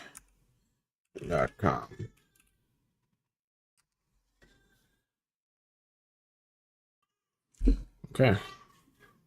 www.sublimetext.com and we'll see you there. All right, here we are at sublimetext.com, and typically it will auto-detect what operating system you're on, and it will have a little button for you saying download for OS, Linux, or Windows. It's a very simple text editor, and it's probably the most popular text editor in the world, and it has a really interesting pricing scheme. It's technically not free, but they give you an unlimited free trial where they will just have a little pop-up every once in a while asking you if you're ready to upgrade to buy it. So again, it's technically not free, but it has an unlimited free trial for the rest of your life. It will just have a little pop-up asking you to purchase the full license. So click here on download and then select the download for your operating system, either OS X, Windows 64-bit, or Linux. So typically what you should do is just go to the home page and then click whatever download that it auto-detected for you. Once you've downloaded it, we'll go ahead and open the Sublime Text Editor. Once you've downloaded and installed Sublime Text, you should be able to search your computer for Sublime Text.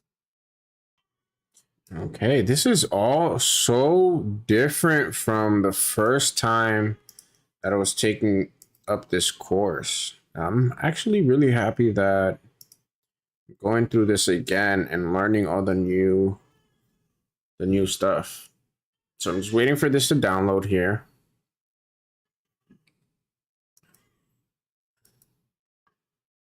It's taking a little bit.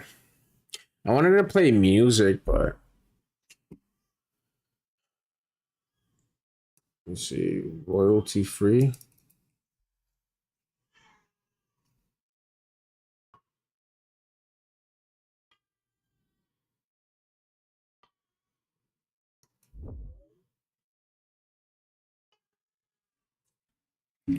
Oh, okay, there we go. There's a lot going on. Okay, so open.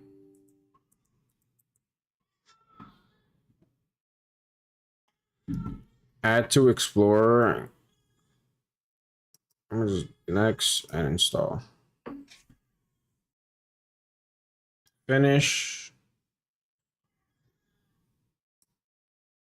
Okay. Now we go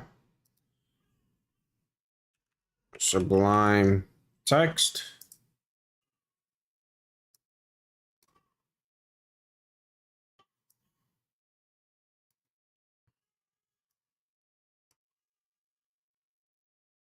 Oh, this is okay, boom. And then I'm gonna pin this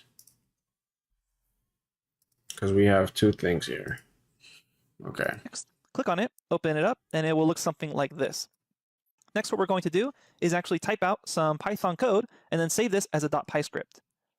Go ahead and type print, open and close parentheses, and then in single quotes or double quotes, hello world. And this will be your first Python script. And then select File, Save As. And the reason we're doing that is if you notice, right now, there's no syntax highlighting. That is to say, everything is the same color for this font. So Sublime Text Editor doesn't actually know that this is a Python script. What we want to do is save it as, and we're going to call this file my example, and say everything, close parentheses, and then in single quotes or double quotes, hello world.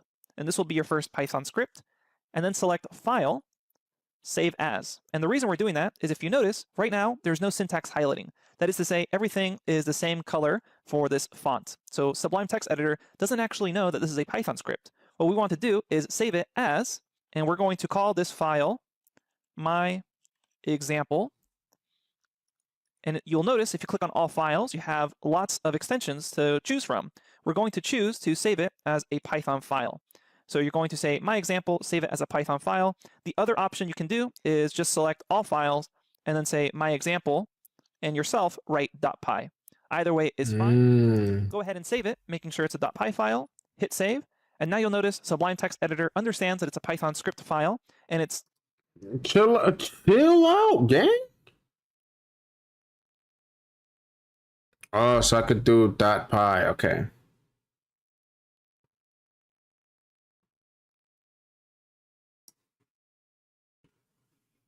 The other option you can do is just select all files and then say my example and yourself write .py. Either way is fine. Go ahead and save it, making sure it's a .py file, hit save, and now you'll notice Sublime Text Editor understands that it's a Python script file. Ooh, that's cool. To help you read this, print is a function, hello world is a string. And we're going to be learning a lot more about that and Python in general later on in your training. For now, let's see how to actually run this script. Remember that we've saved it to our...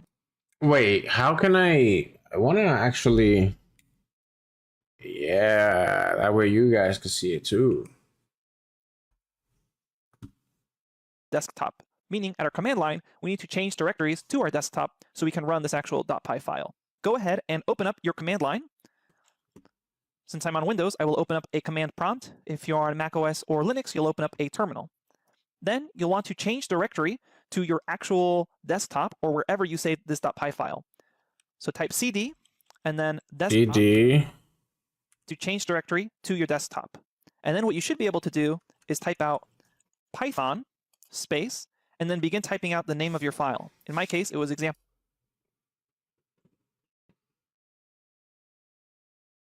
Why this system cannot find the path specific? Okay.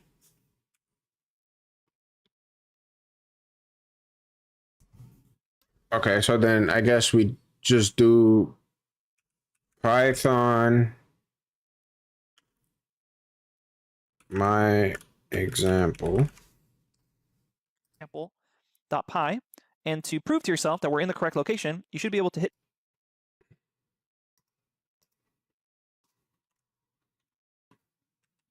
okay, since we're in the correct format, we can just hit. Oh, okay. So using my brain meats, right? Going back to what I learned, I can also do dir, which will give me, which means directory, which will show me everything. And in here, I can also see that we are in this desktop. So I'm already in desktop, and see, and I am in the correct one because we have my example.py.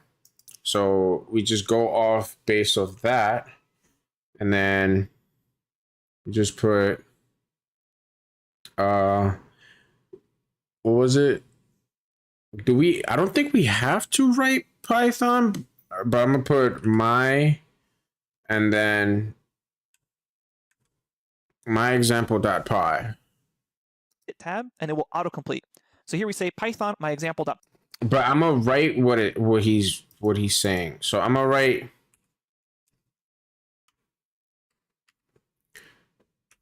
Python my example.py. And this is how you can run a .py script at your command line. Hit enter, and you should be able to see hello world. No way. Okay, so if I hit enter here, oh no, it doesn't show it. Python was not found. Run without arguments to install from the Microsoft Store. Disable the shortcut from setting.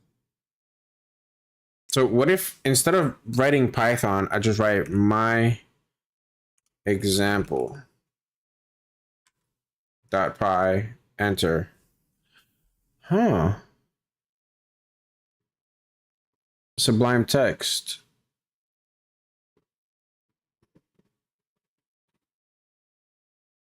Wait, what?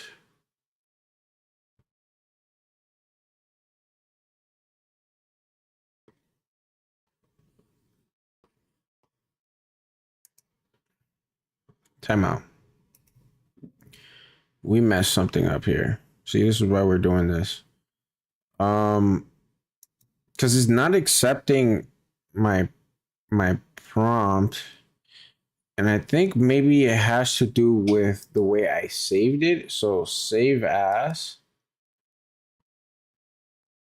We have it under Python.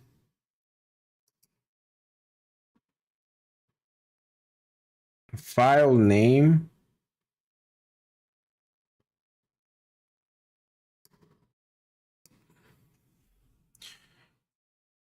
Let's take this and delete it. This is what we want, and we want it under Python. Or we could just put my example, and then boom. Right? So that recognized it, right? And now we go into command prompt. We write Python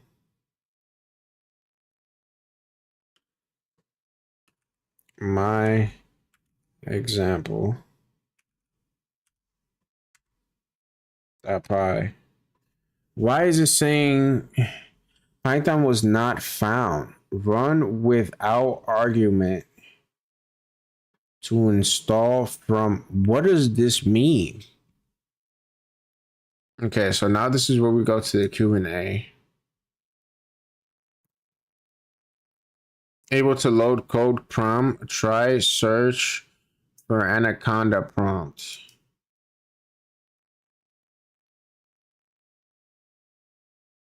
Yeah, I'm getting an error. Command prompt error.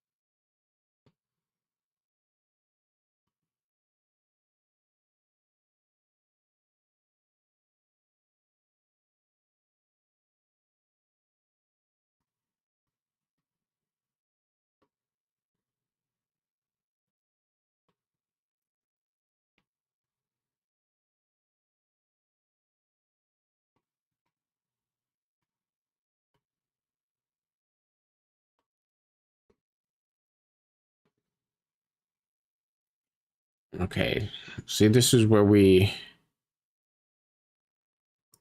gonna stop that there. And we're gonna bring this over here.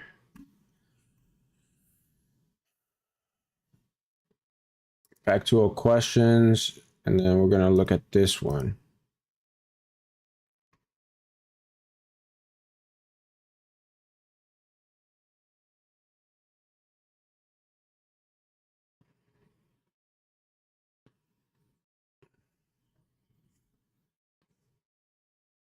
Oh, is there an anaconda prompt?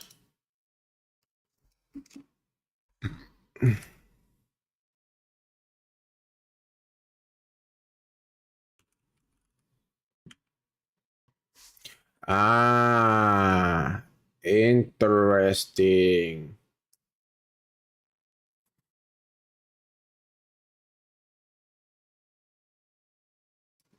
See, that's why we have W mans. And then we do CD desktop.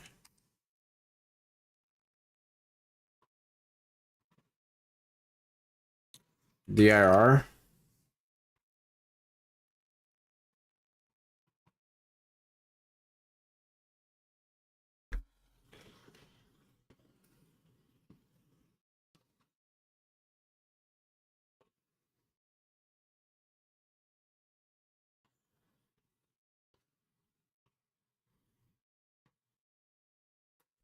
What if I do Python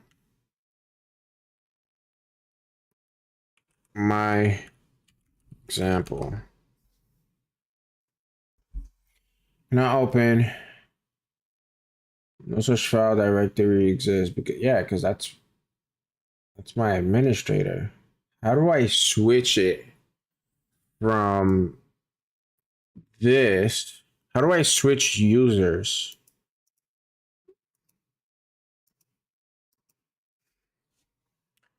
Um,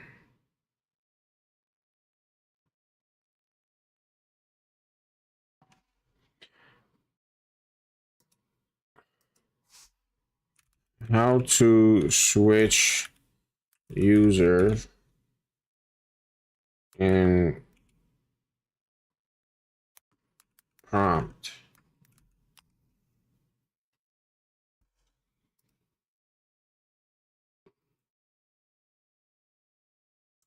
To switch users from command prompt in Windows, use command to lock the current session and show the login screen, or use shutdown to sign out.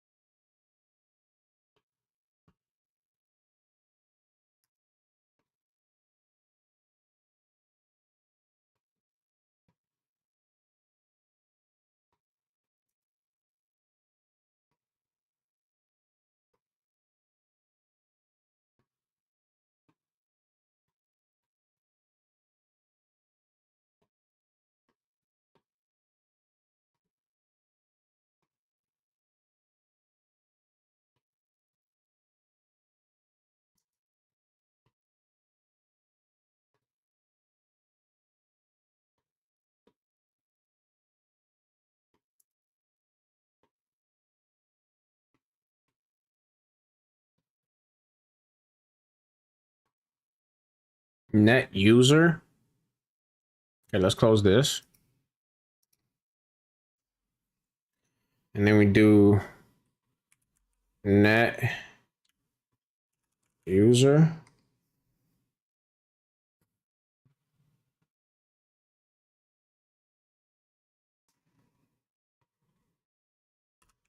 Jose R. How do I swap to it?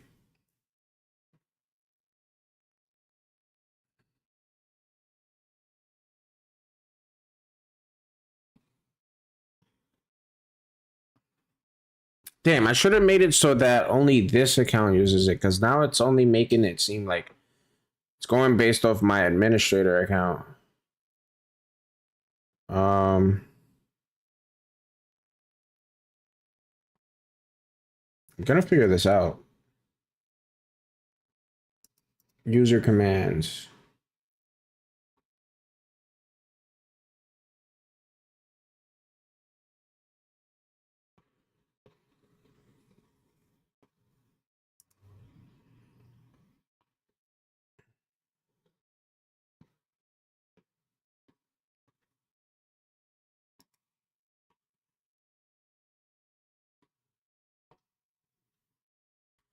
Okay, how to what is the command to switch the user on prompt?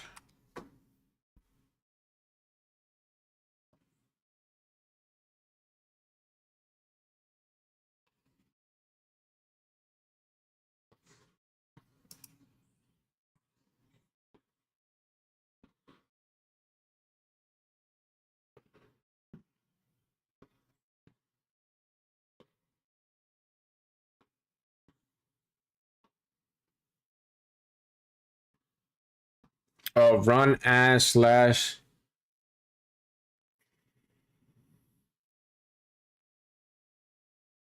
Okay, so let's try that. So we do run as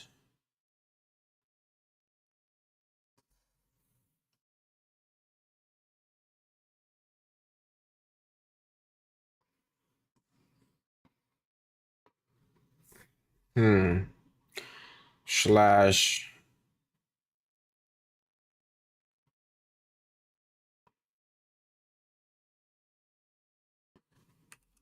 user boom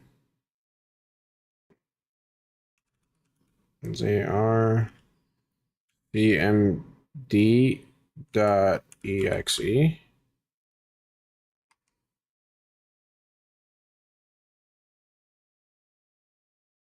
Oh, okay.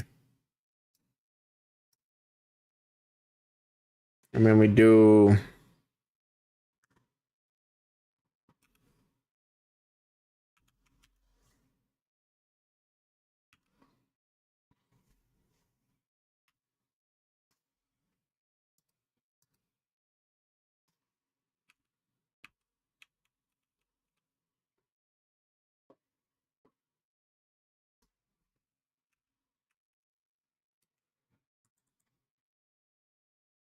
it's not even letting me enter a password.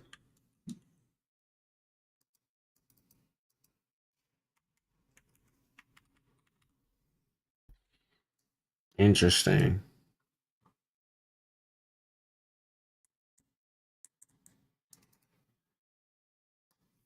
It's not even letting me enter it. I can't even type anymore.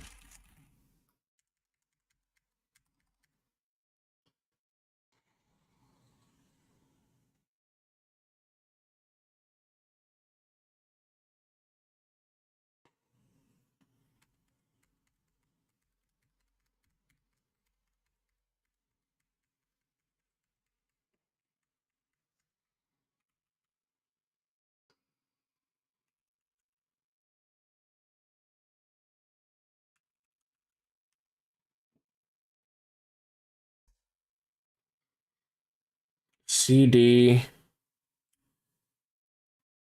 user Jose R.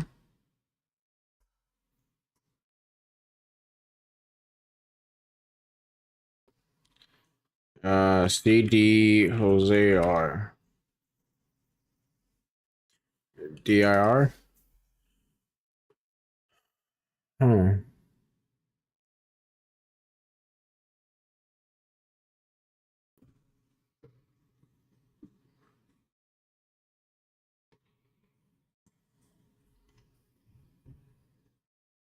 I don't get it.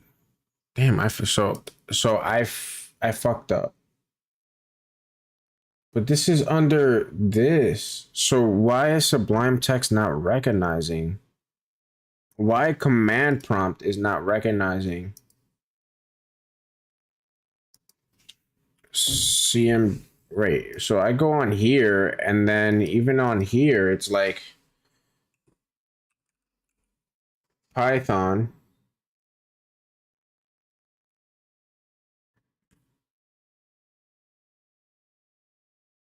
My example. That pie.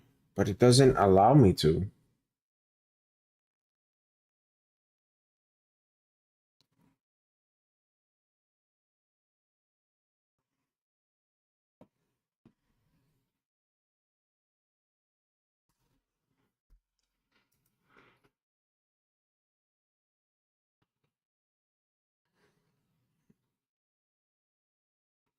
Huh.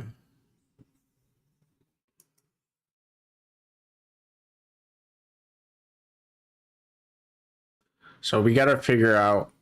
Okay. So in order to continue,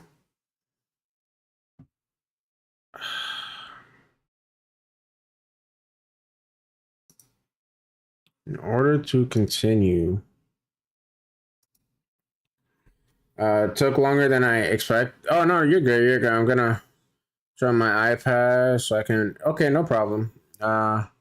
Is this trying to compile with CMD and run the file / app? So so I'm trying to do a step here, but it's not that.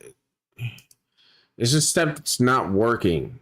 So it's making me. So I'm using Sublime Text. Let me pull this up, right? And then we saved it as Python. We saved it in Python, and then it wanted me to like go into my command prompt and make sure that in my directory, like it'll bring me to it.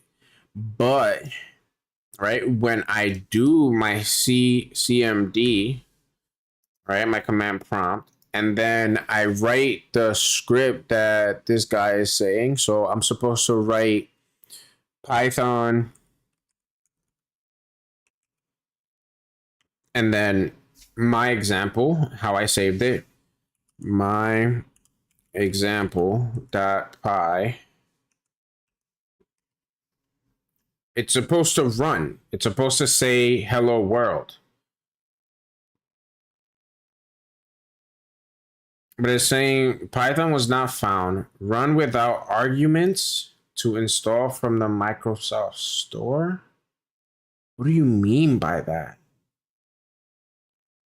Or disable this shortcut from settings, app, advanced app settings, app execution. Okay, so if I do that, so let's go settings.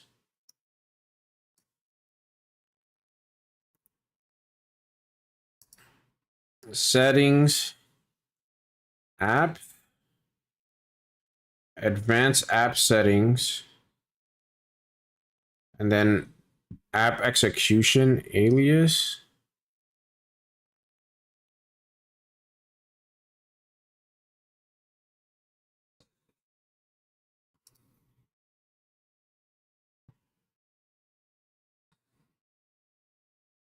I think this is just an just an addressing issue. What do you mean? See, all of this is new to me.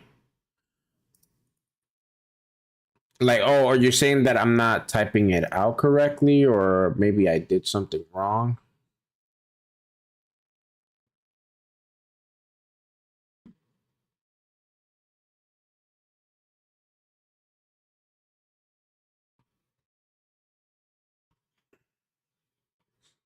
I don't need all of these, by the way. I feel like I should turn all of those off.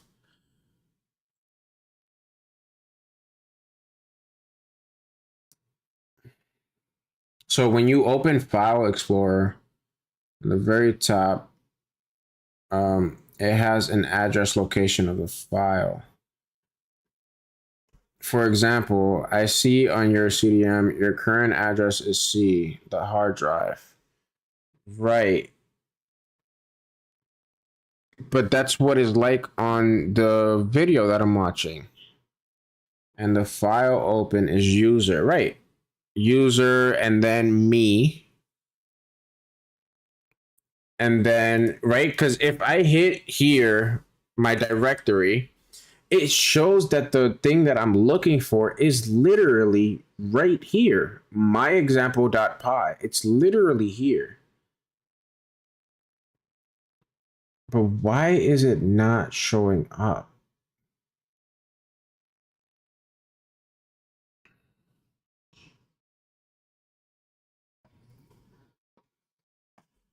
Okay, so hold on. And the file open is user. Okay, so slash user. The file you made has to have user new file, I think is example.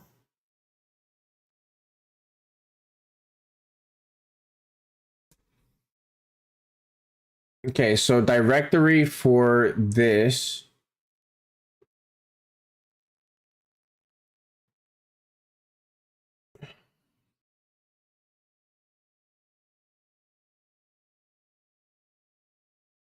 So just write my, so what? Just write my example. Hold on. My example dot py. And then see, when I write it just regularly, this comes up. Just once. Let me use that. It just comes back on here, which is like, huh? Why? That doesn't make any sense.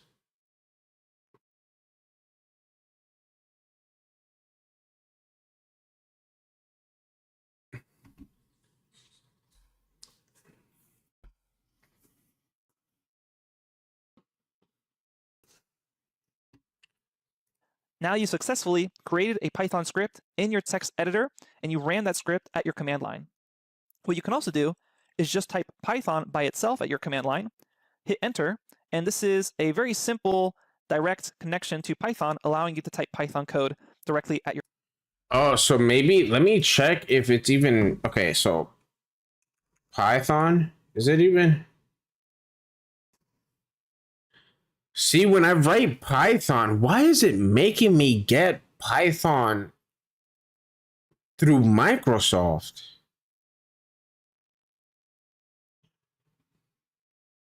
So it's like technically not installed, although I didn't. Oh, I don't think I have Python installed.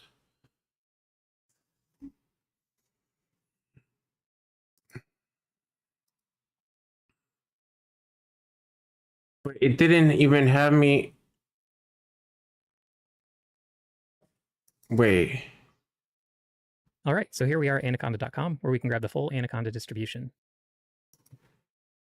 Have a Windows download, choose your install location, finishes installing. Menu on your taskbar for Anaconda Navigator. Excellent, let's skip the AI coding help for now. And here we are at the Anaconda Navigator. So let's launch Jupyter Notebook by clicking Launch. Again, it might take a while, but once it finishes loading, you will see a list of your files and directories. Now it's just in a new style. Note that due to some Anaconda upgrades, you can now create projects directly. Let's create our called IPython kernel book. All right, so besides looking a bit different, all shown functionality still works similar as shown in the previous. If you prefer the main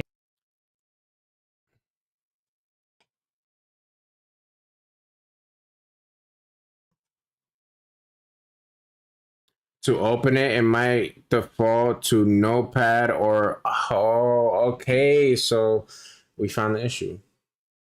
So then how the hell? What the hell? So what? Do I install this?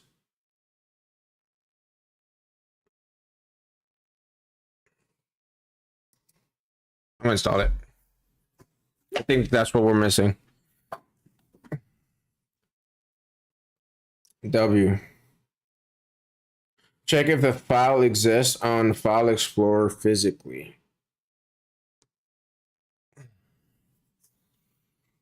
Yeah, because I have it on here too.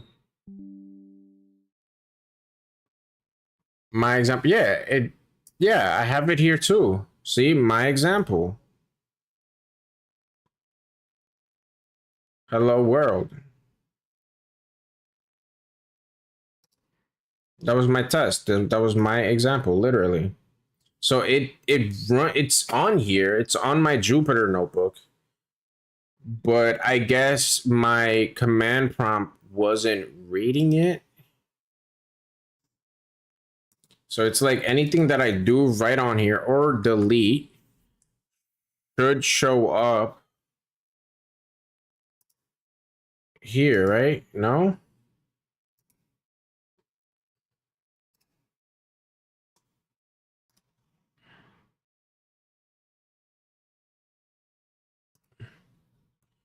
Right, so let's go, how do I go back on here? Oh, home here. Boom. Now let's go back in. It should be, no, it's still interesting. If I refresh. Okay, if I refreshed, no, it still shows that, but I haven't even written that anymore.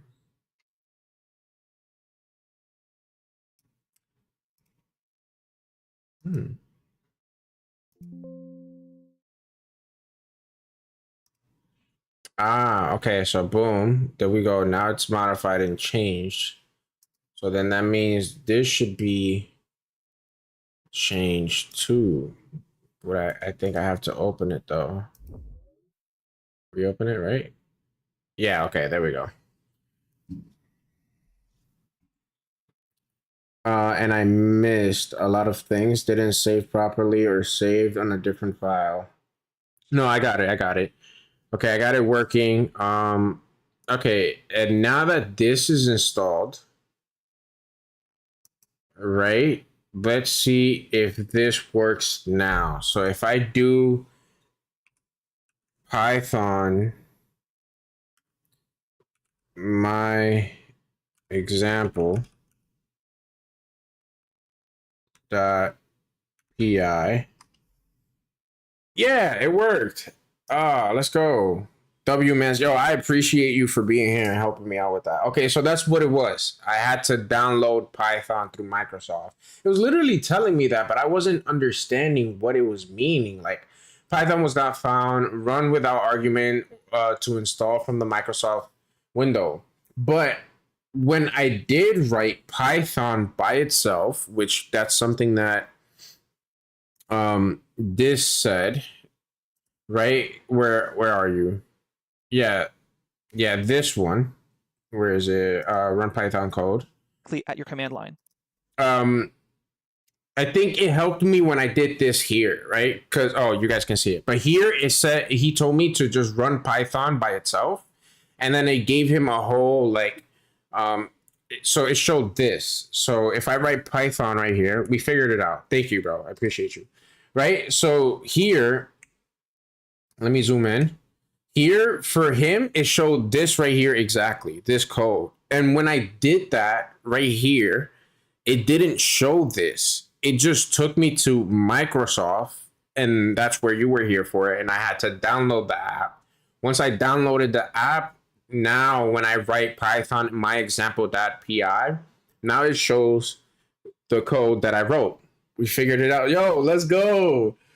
We're problem solving. Yo, developer in the making right now. Holy shit. But you see, this also shows that you can't develop shit on your own either. I would definitely love to work with people and like have a team, because golly, I'm over here. Let me write something. Your it's not gonna print. Okay, hold on. Print. Gonna write print.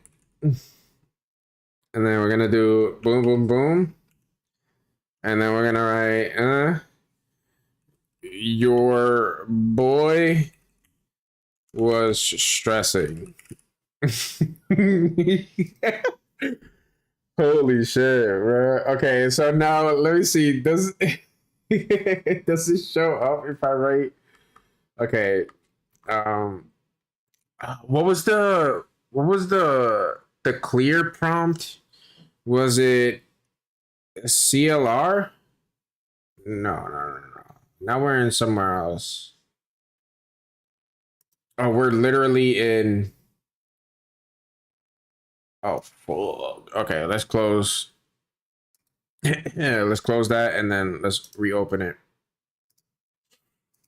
And then let's see. Okay, now we're here, and then put my example.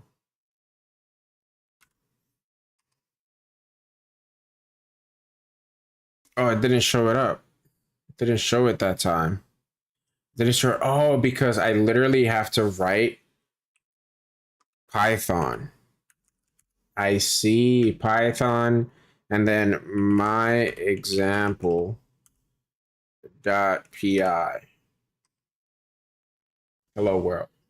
Okay. Oh, but do I have to save it every single time? Save. Okay, boom, saved. And now let's try it again. Python, my example .py. It didn't.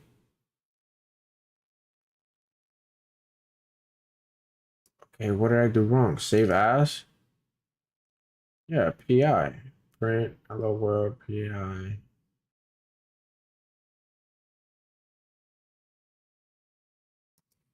My example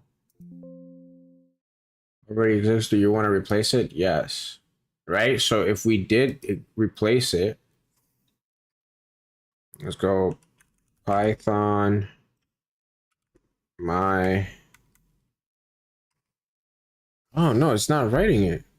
You gotta save and close. Oh, save and close it, and then what? Reopen it.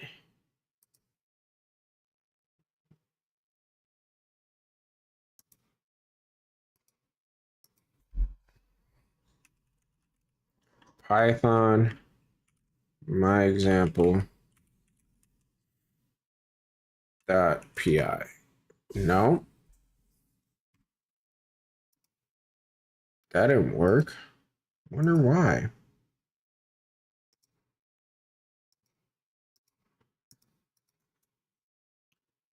Add. Oh.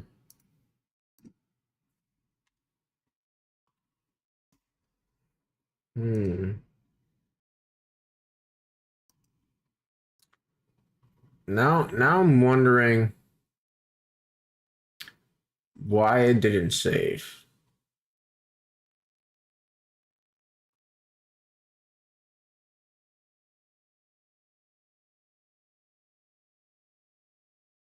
Right? Because this is on desktop. Boom. Save. And replace it? Yes. And then we're gonna close. Let me see something. Close. Close this. We're gonna go back to command prompt. I'm gonna, you know what? I'm gonna pin this to my taskbar. Python my, and then let's tab through it. Hello world. It just shows hello world. So it's not showing the other one. If you change hello world and saved, it does change. That means line 2 has an error code. Ah.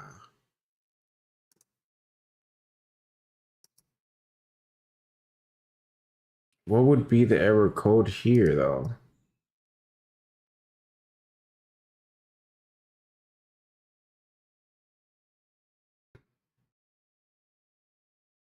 So I wrote it exactly. Right?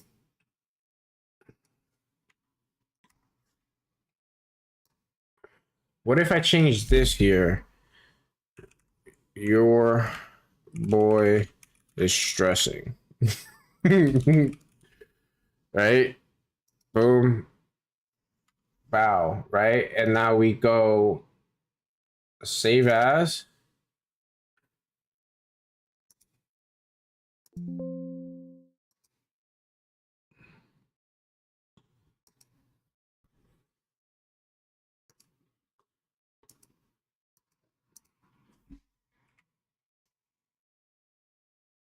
Um,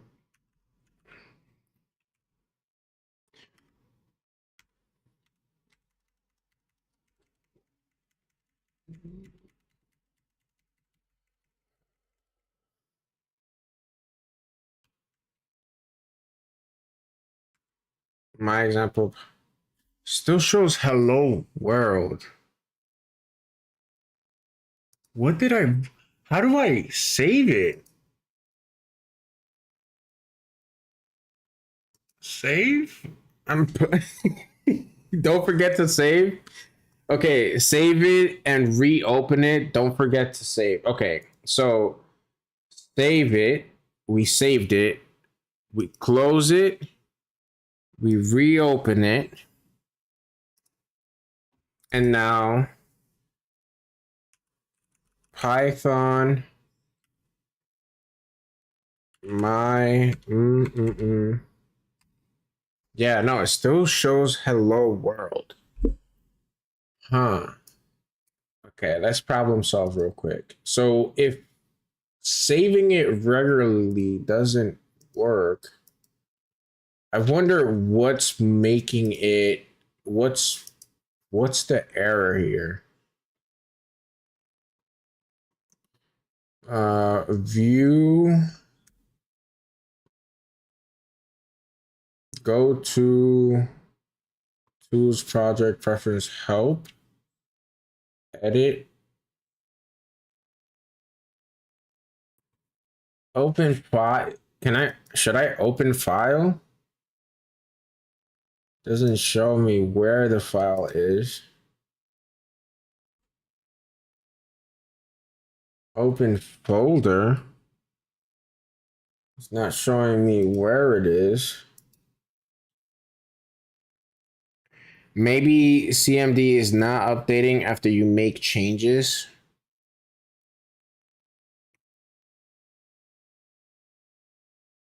Let me go back to the video. For now, let's see how to actually run this script. Is just select all files and then say my example and yourself write .py. Either way is fine. Go ahead and save it, making sure it's a .py file, hit save, and now you'll notice Sublime Text Editor understands that it's a Python script file, and it's performed syntax highlighting to help you read this. Print is a function, hello world is a string. And we're going to be learning a lot more about that and Python in general later on in your training. For now, let's see how to actually run this script. Remember that we've saved it to our desktop, meaning at our command line, we need to change directories to our desktop so we can run this actual .py file. Go ahead and open up your command line. Since I'm on Windows, I will open up a command prompt. If you're on macOS or Linux, you'll open up a terminal. Oh, wait. Is it because... No, this makes no sense.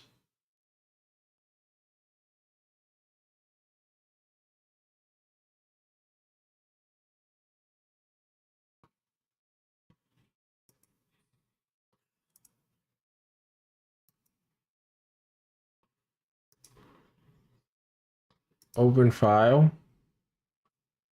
Desktop.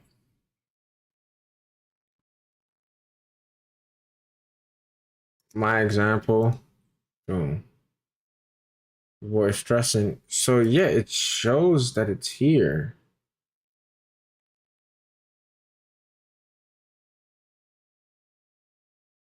OneDrive. Okay, OneDrive desktop.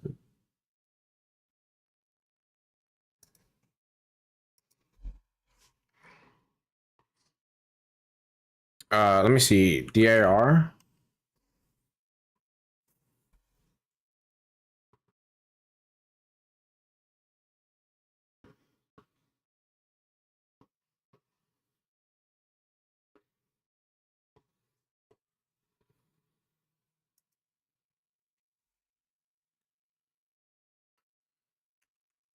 Python. My example. Yeah, it's not changing at all. Huh. I don't know what I did wrong. Maybe we save this as a new code. What if I delete the old one?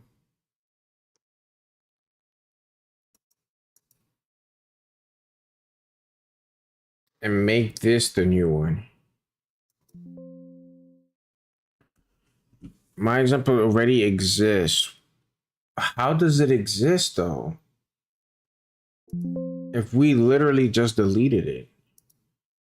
My desktop. Oh, do I have to? Oh, do I have to? Boom. Okay, okay. Maybe I have to empty recycle bin. Let's see. Boom. Now let's see. Yeah. Okay. Maybe that's why the code wasn't going through. Because okay. I think I figured it out. I think I know what was happening. I guess I didn't empty my bin. See, this is great. This is gonna be. It's good that I'm dealing with this right now. Let's see. Now that I did that, dot py. Now that I did that, right? The new code should be, yeah, exactly. It was a duplicate file. Yeah, you were right. So let's see. No, it still says hello world.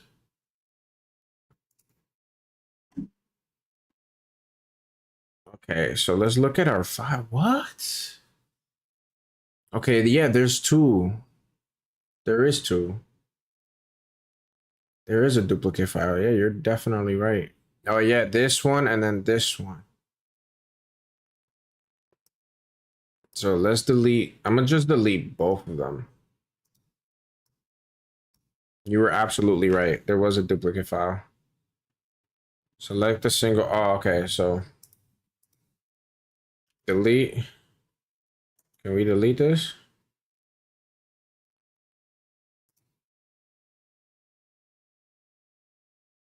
Can I not delete this?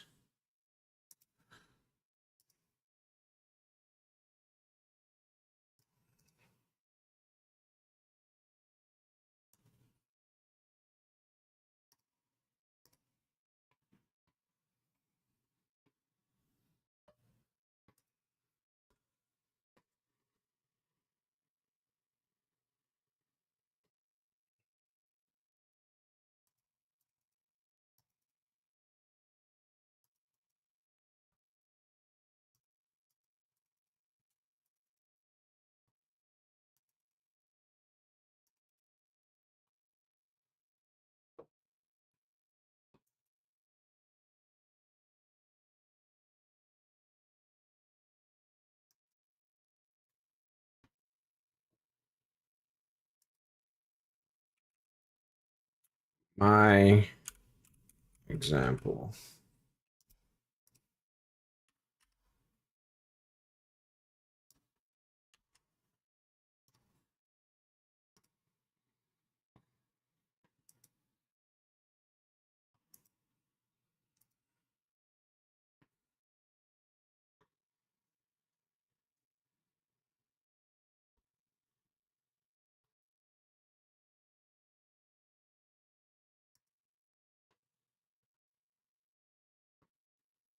Okay, and now empty recycle bin.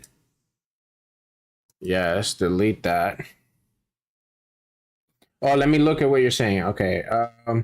The older one is being open. Make the new simpler. Wait. Here's a good lesson for you. You read me. It can't be deleted because the app is running, by the way. You have to open. Gotta close it before you can delete it. Ah, te entiendo.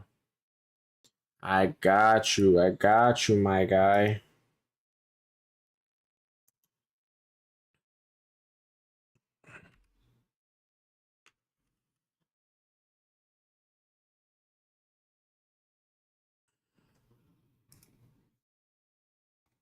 Okay.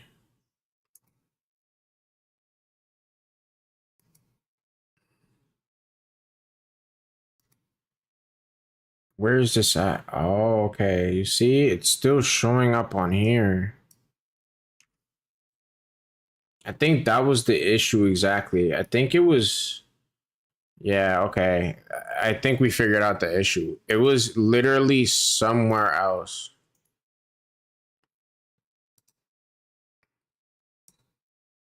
Okay, so now we deleted it officially. I deleted like 4 of them. Okay, and now let's try this.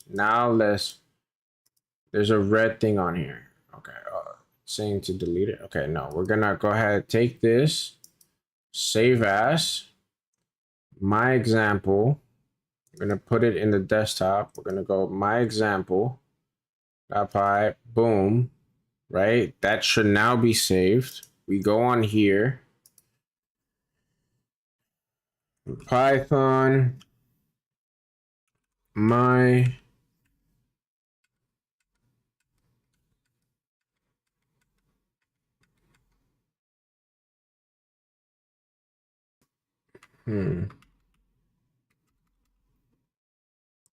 cd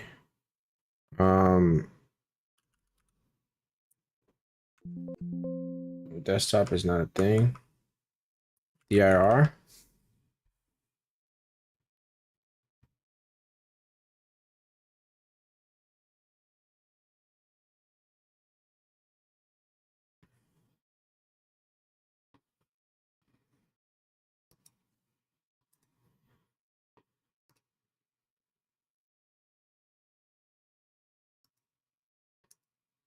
Now it's not even it's not even showing up.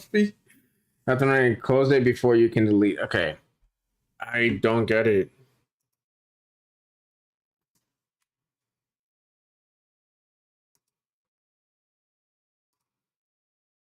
It's showing that it's here. My example.py. Yes.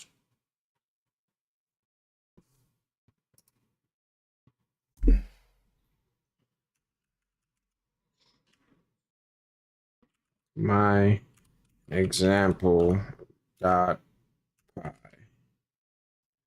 Python can't open file error, no such file or directory.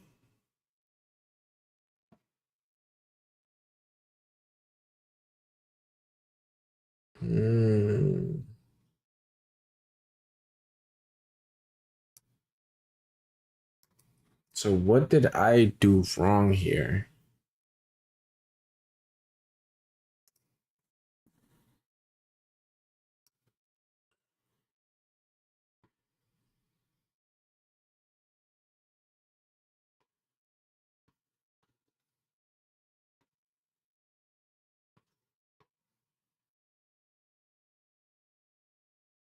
Yeah, because it's not even on here.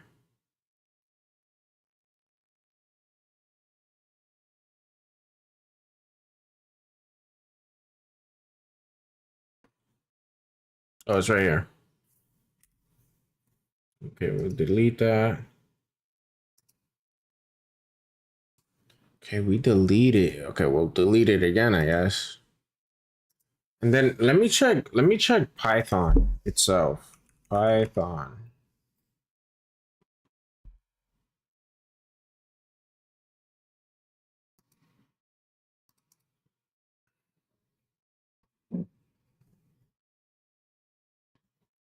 No, I think it would have to be through here, right?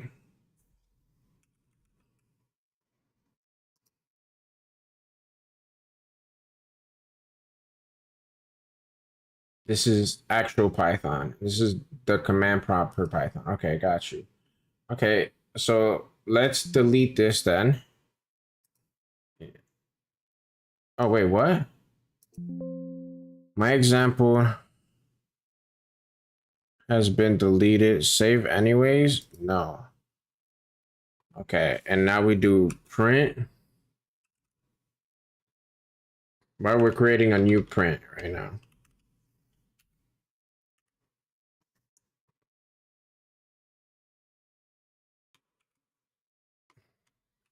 I am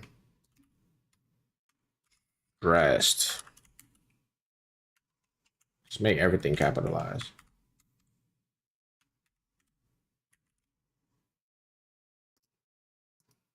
Okay. Oh, look, and I have a green on here. Oh, before name it A. Empty folder is perfect. Okay. Oh, let me read what you're saying. Yeah, it's an address issue. So first to clarify, give me a moment to explain. Go to your desktop, create a new folder, just a blank file, like an empty folder, and name it A. Okay. Oh, okay. I see where you're going with this. And then on there, I put all my stuff, right? I think I have already a folder.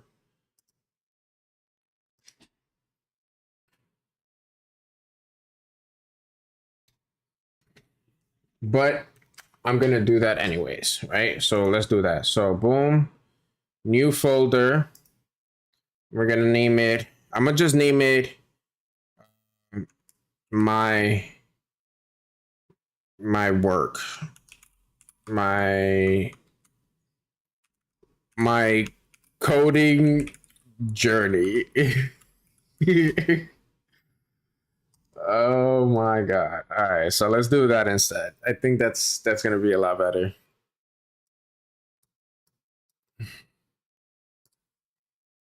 That way I guess I can keep everything in there a little bit more neatly, or more neat. Place it at the middle of your screen. Okay, so then I would have to remove, what is it? Because I think I have it as auto arrange. Place it right on his, right here. Okay, and now let's go into here. We did that. We're gonna do file. We're gonna save as.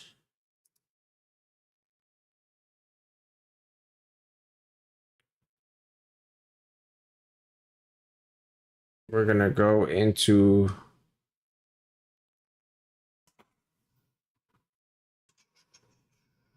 my coding journey.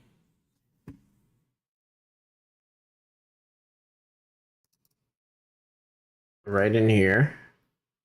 And then we're going to save it as my example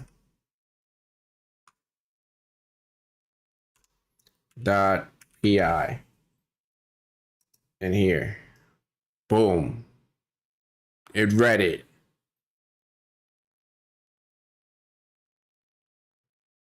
Okay, let me see. Just drag it, open it, and create two new folders named 1 and 2. I gotta show you what addressing issues look like. Oh shit. Shit, I should have read what you, but let me quickly check if now it's good, right? So dir,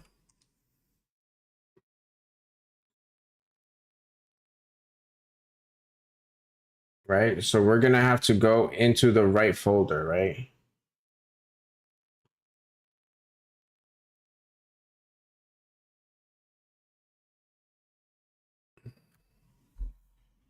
I mean, it's not even showing up on here, gang.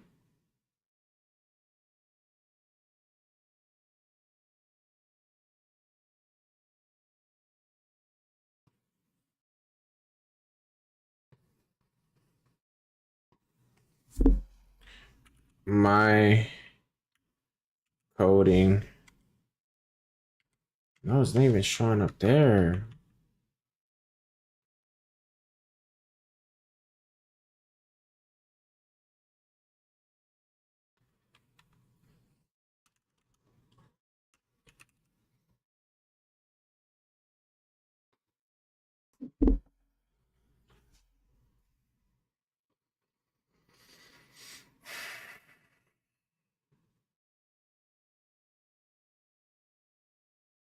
Okay.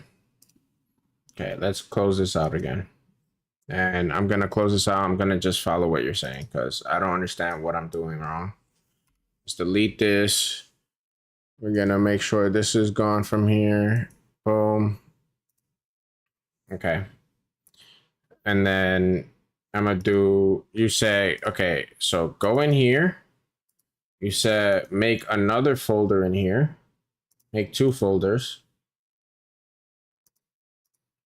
You said 1 and then 2. All right, cool. I'm gonna just follow what you're saying. Okay. Try mine first. Open that file. Create 2 new files. Name 1 and 2. It'll make sense soon. Create. Okay.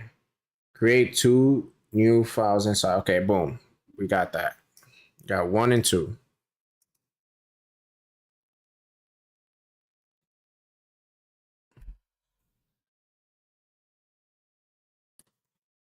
Enter the number 2 file. Okay.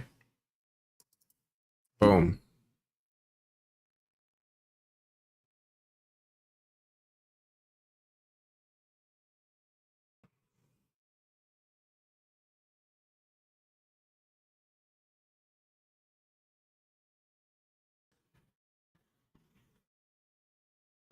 Go open file number 2.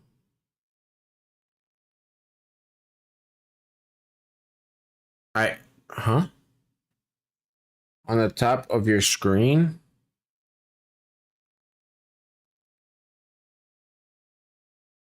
Like,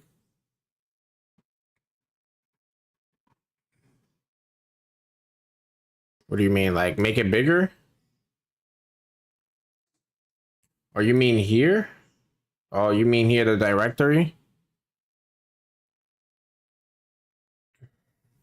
Go to number 2 on the top of your screen. It says my something code 2. That is your address bar at the top. My coding journey. Hard to see. Oh, okay. I'm sorry. Hold on. Let me see. Can I? Okay, no. Yeah. Okay, I see. Yeah, boom. This is the directory. I got you. That's what you meant. Just read. Yeah, the directory. Yeah. Okay, got you. Okay, now we saved it on here. Okay, I mean, now we opened it.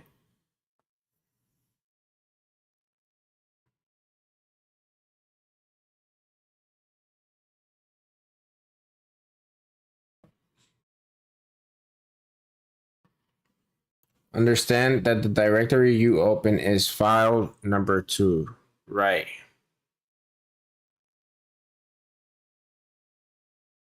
When you run your CMD,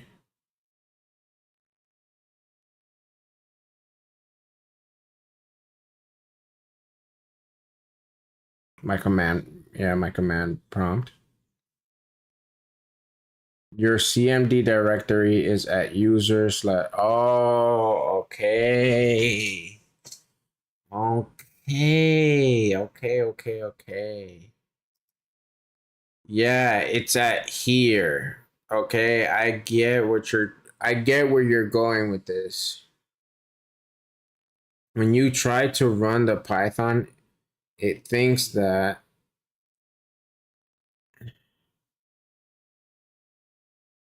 you are opening a file from user slash my example, but you saved your file somewhere else.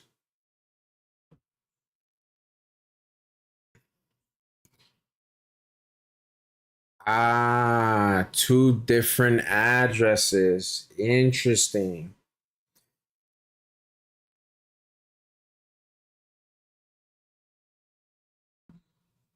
So in order to get, okay, so in order to get to file number 2, right? So if I do dir in here,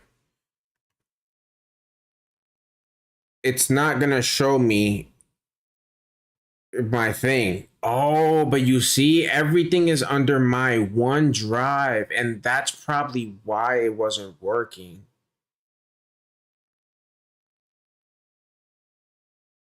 So I would have to go under my OneDrive.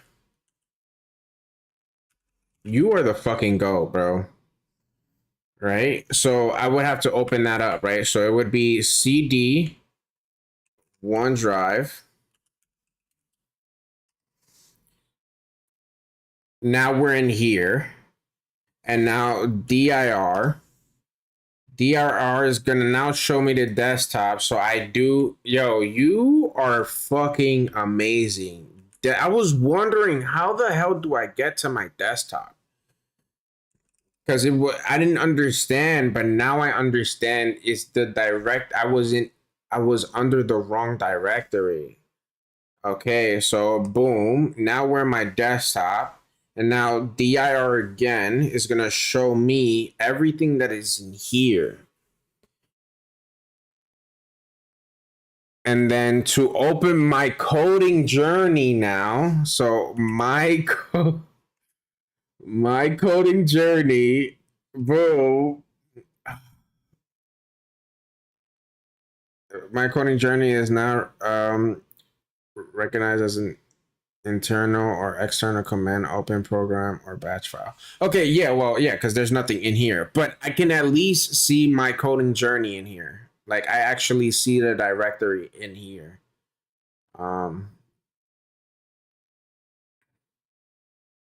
Yeah, my coding journey. There's nothing in here, so it's not gonna open anything up. Yo, you are the go. That's why I showed you those 2 files. You are the fucking go. That makes so much sense. I was literally wondering how the hell to get to my desktop. And it's showing me because everything is under.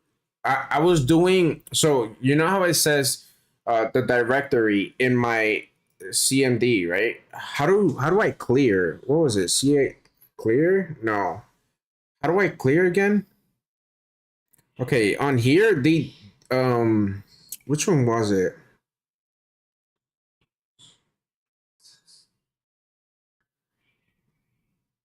I think it was this one. Just hit desk and then hit tab. It should autocomplete where I'm at on my computer. You can think of this as current directory. Now you'll notice the command prompt actually, or you're dealing in parentheses, back where you are. Hit enter, downloads. Now let's imagine location. I can type CD, change to confirm that I'm at my desktop. To do is type CD space dot dot or period period. Don't open the entire file. Begin type, get the various options of everything that's here. And then if I wanted to see all my documents, I can type again. If I want to go back, CD space documents, I can type dir and we can see all our for you. So as I hit tab, we can see all our documents here. Again, if I want to go back, and if I ever want to clear my entire command line screen, I can type CLS. CLS is how you clear everything. Okay. CLS. Beautiful. Oh my god. This looks so much nicer. Okay, okay. Yo, I'm actually hyped. Okay. Yo, thank you so much, dude. Saving at the wrong directory. Yes, I literally was. I was saving it in the wrong place every single time.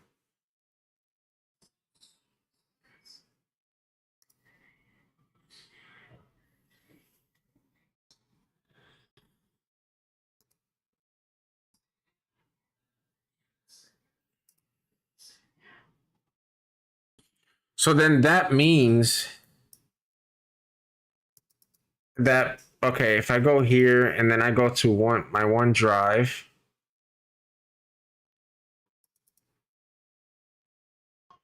desktop, the actual problem is here.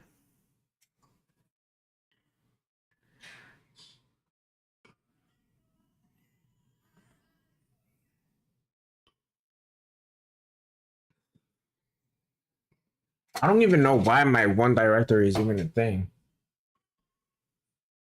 Okay, no, it's completely gone. Yeah, it's completely gone. Right? Is it?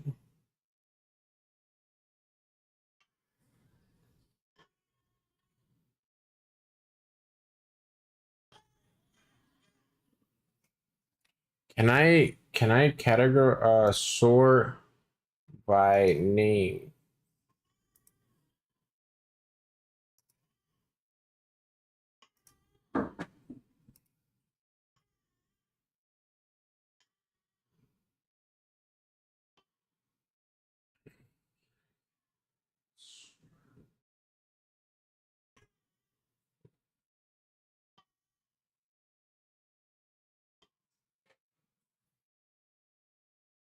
I mean, I'm gonna get rid of this, so. But okay, now that we did that, boom. Okay, cool. Okay, now, okay, so now that we have that, okay, can I try this now? Let me try this. Right, so we're gonna do print.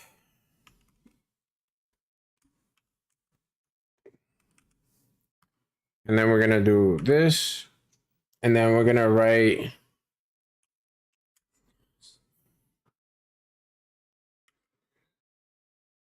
Ryzen is the GOAT. Save as.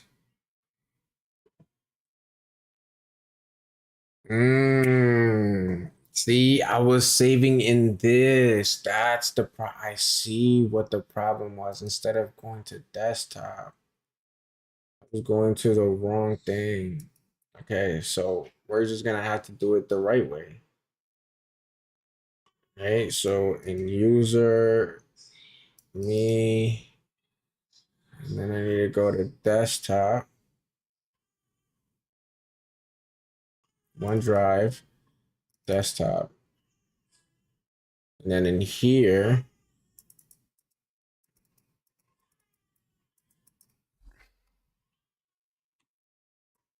my example dot, what was it? py, right, for Python. Let me save in here. All right, cool, boom. Now we go here and we write Python, because we're in my desktop, Python,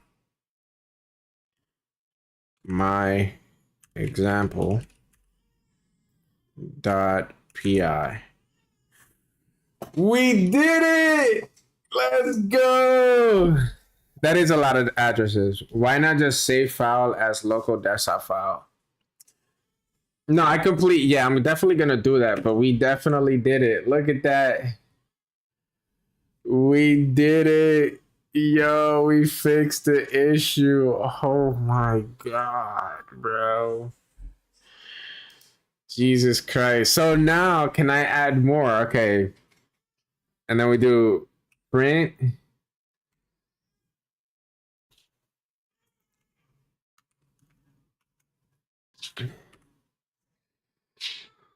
Let's go. And then we gotta save, right? We just click save, right? Boom. And then can we do it again? Or do I have to close and save? Python, let me just try it. Python, my example. Yes, we got it. Oh my god. This is nothing, bro. We're at the beginning and I'm already getting. Yo, I appreciate you so much, bro. You don't even understand. Let's go. Maybe close after saving. It's working. Yes, it was yes, you were completely right. I just didn't understand the terms of what you meant, the addressing issue, but you were definitely right. You were definitely right. I'm learning too. Yeah, well, you, my friend, you are the bomb.com. Okay, so let me see what else you said. You don't even know. I'm so hyped right now. Now test line 2. Let's see what line 2 looks like. Just save. Okay, that's a letter. Why not just save local file? Yeah. Okay, so yeah, that's what I'm gonna do now. Okay, let me actually bring this back down. Okay, so now that we know what the issue was, right? I'm gonna close this and then let me reopen it. It's gonna see, it always puts me back at my user. So I think in order to keep that there, right, I'm gonna, okay, let me figure this out right here. So what I'm gonna do is on here, boom, boom, boom, OneDrive, left side, blah, blah, blah, this, that, and the third. I'm gonna go to my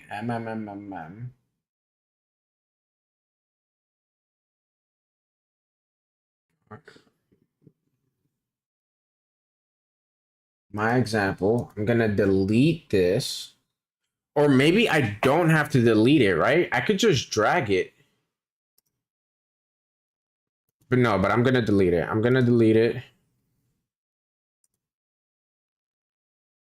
Boom.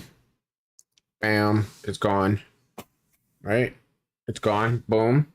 And then I just want to do it on here. How would I do it on my actual like desktop? Oh, okay. So it's just literally just here. It's under this. So let me try something, because I think I know what the issue was before, and it was because this was the wrong directory and all of that. So let's see if we could take this, right? We're gonna do save as.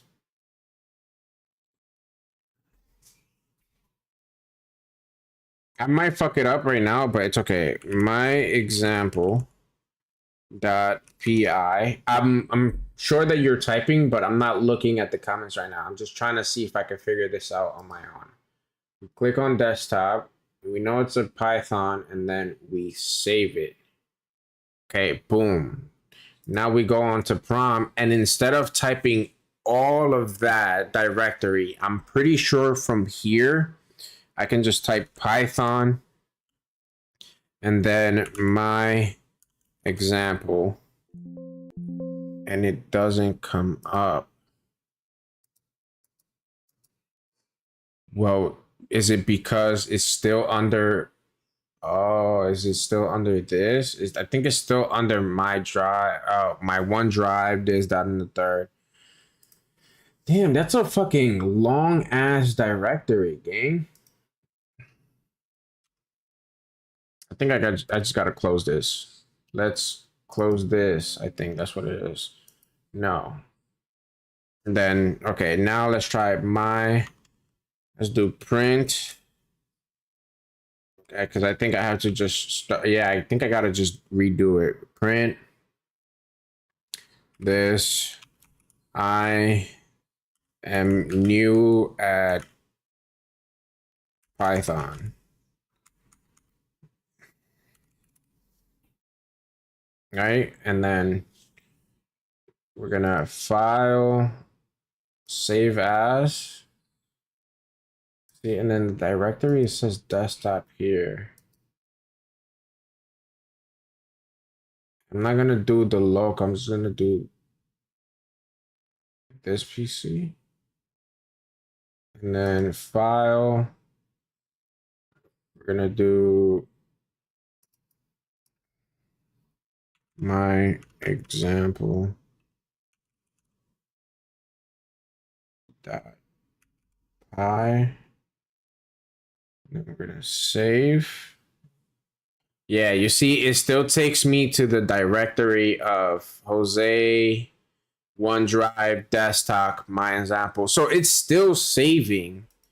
It's still saving, but I'm not at the right directory. I have to literally get all the way over there. So now let me look at what you're saying. It's a long ass directory. Yeah, yeah. Okay, so here we go. Let me check what. There's a lot of addressing. Test line, yeah. Save, yeah. This and this. I'm learning to need to have one that you will use because coding you need a clean space for the clutter you're about to make. Hold on. The easier way is go to your local file and that should be default. Well, I'm not a pro at it. It's under desktop. It's not under Jose. Save that and maybe save from there. Local is the same as desktop. It's just local for simple. Okay, so that you understand why it's such a long directory is because this is a guest account. So I have my administrator account, which is my main account, but I don't really do anything on there. I just have it. I just have my administrator just so that I can come onto here and, you know, not have to deal with a lot of bullshit on my administrator account. And I'm doing everything that I've done, search, play games, everything. I've done everything on my guest account, which is this one. So I think that's why the directory is really long. There is a macro at CDM for quick access. Maybe you can copy paste codes sometimes.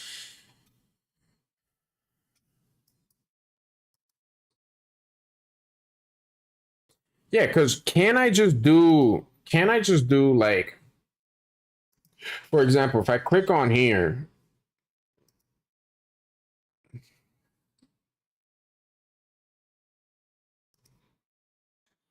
yo, it is a very long directory. My local file, like, it's under, bro.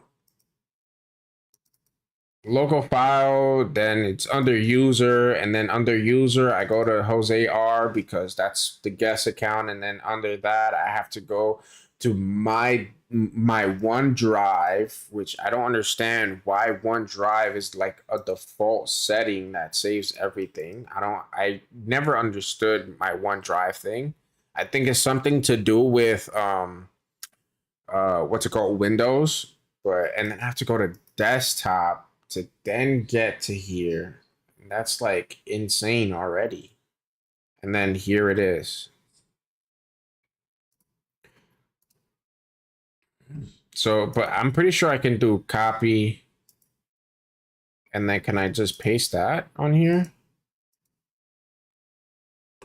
CD. Yeah, I can literally just paste that whole thing.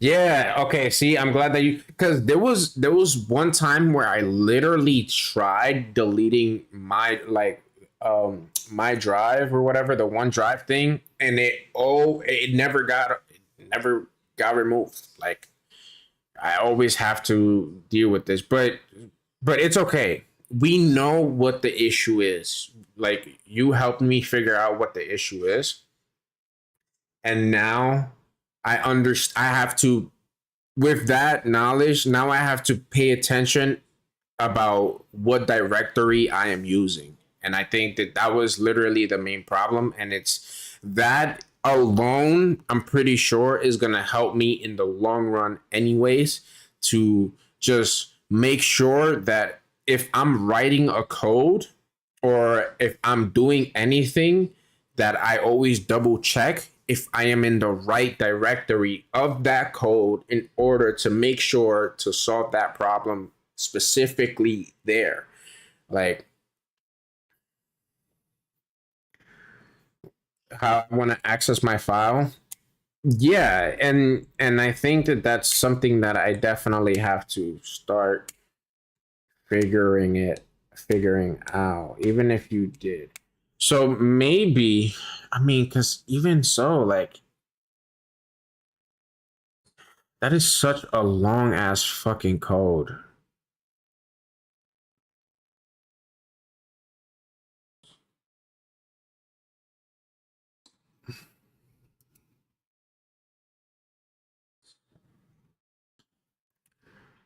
So I think we go back here to user.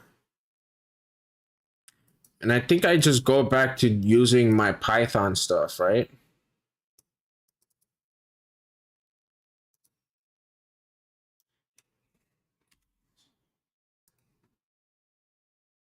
I think instead of using my OneDrive, because we're already at JzaloStreams, I go to my Python stuff and I save everything on here. Because I already had a folder from back then. I just didn't use it.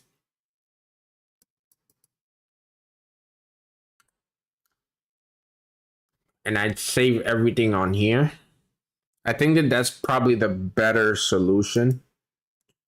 In general. Let me close this. I'm gonna close this too. I'm gonna delete this and I'm gonna attempt exactly what I just said.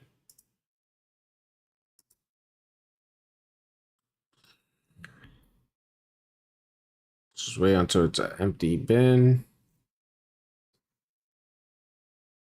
Okay, there we go. All right, so now we're gonna go here, print.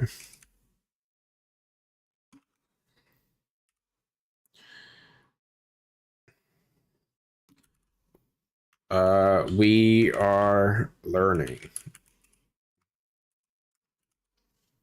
If I can spell learning. And then I'm gonna do file.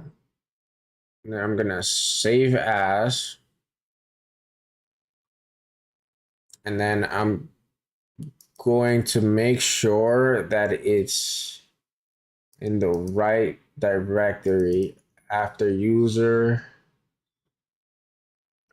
Or, oh, yeah, but I'm gonna literally need a place to save it as. So I'm gonna save it in my Python stuff.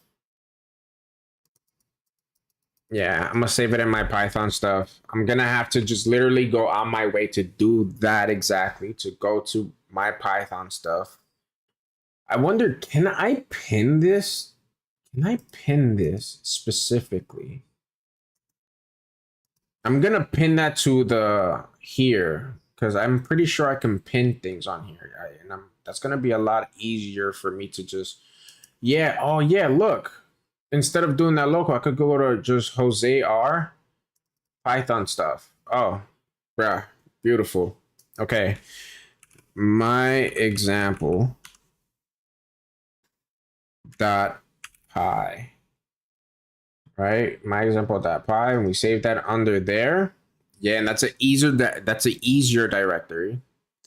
And then in here, I'm just gonna have to click. I'm gonna have to do cd my Python stuff. Then in here, I'm gonna do Python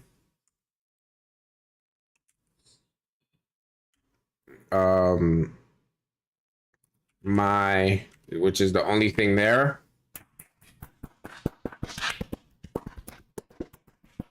Let's go. We did it. We made it a lot simpler. Yeah. And it's gonna be organized, right? It's a less directory. It has a folder for everything, and everything that I'm gonna do, I'm gonna make sure that I stuff it in here.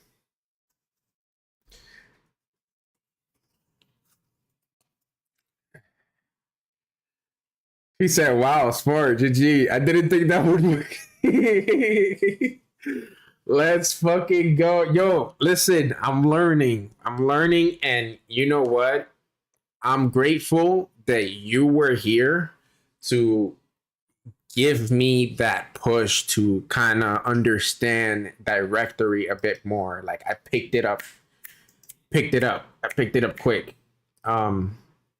So now that we did that, I kind of want to pin Python. Where is it? My Python. Can I do that? Can I pin it?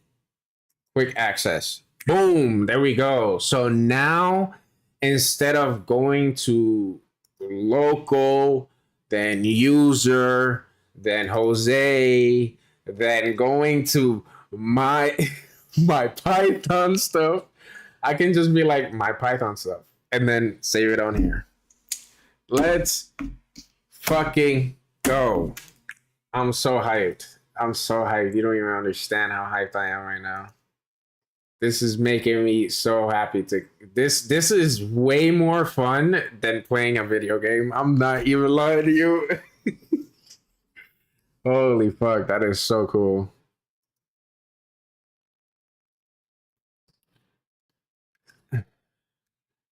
That is good. That is confunneling indeed. Yeah.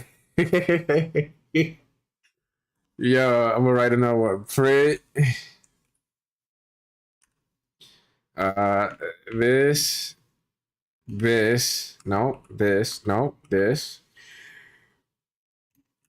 We did it.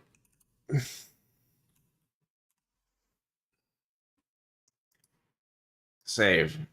And then let's just make sure. Right? We go to my, what was it? Oh, my Python. Oh.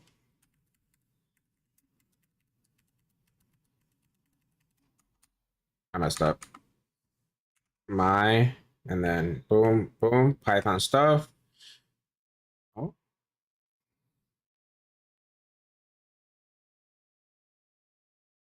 Excuse me. Why are you not recognizing my Python stuff as an external? That's literally we literally just did it not too long ago. Oh, was it because I was supposed to close it? No. No, something's fishy. dir. Yeah, my Python stuff is literally right there. My Python stuff. Why are you not recognizing it though?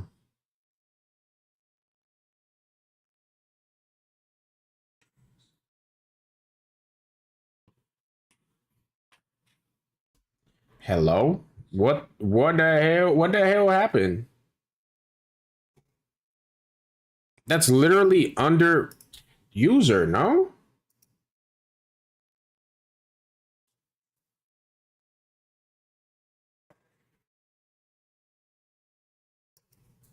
Is it because I made it a quick access? What if I unpin it? If I unpin it, does that work now?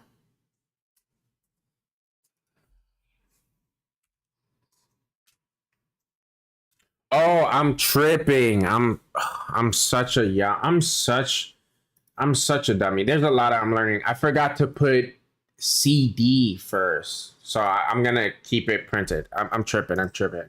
I forgot to write CD first, then my Python. Oh my god, I'm such a dummy.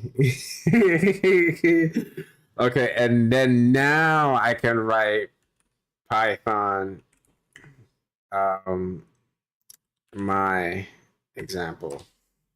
Yes, okay, there we go. We did it. Oh my god, there's so much code that I have to remember. Oh my god.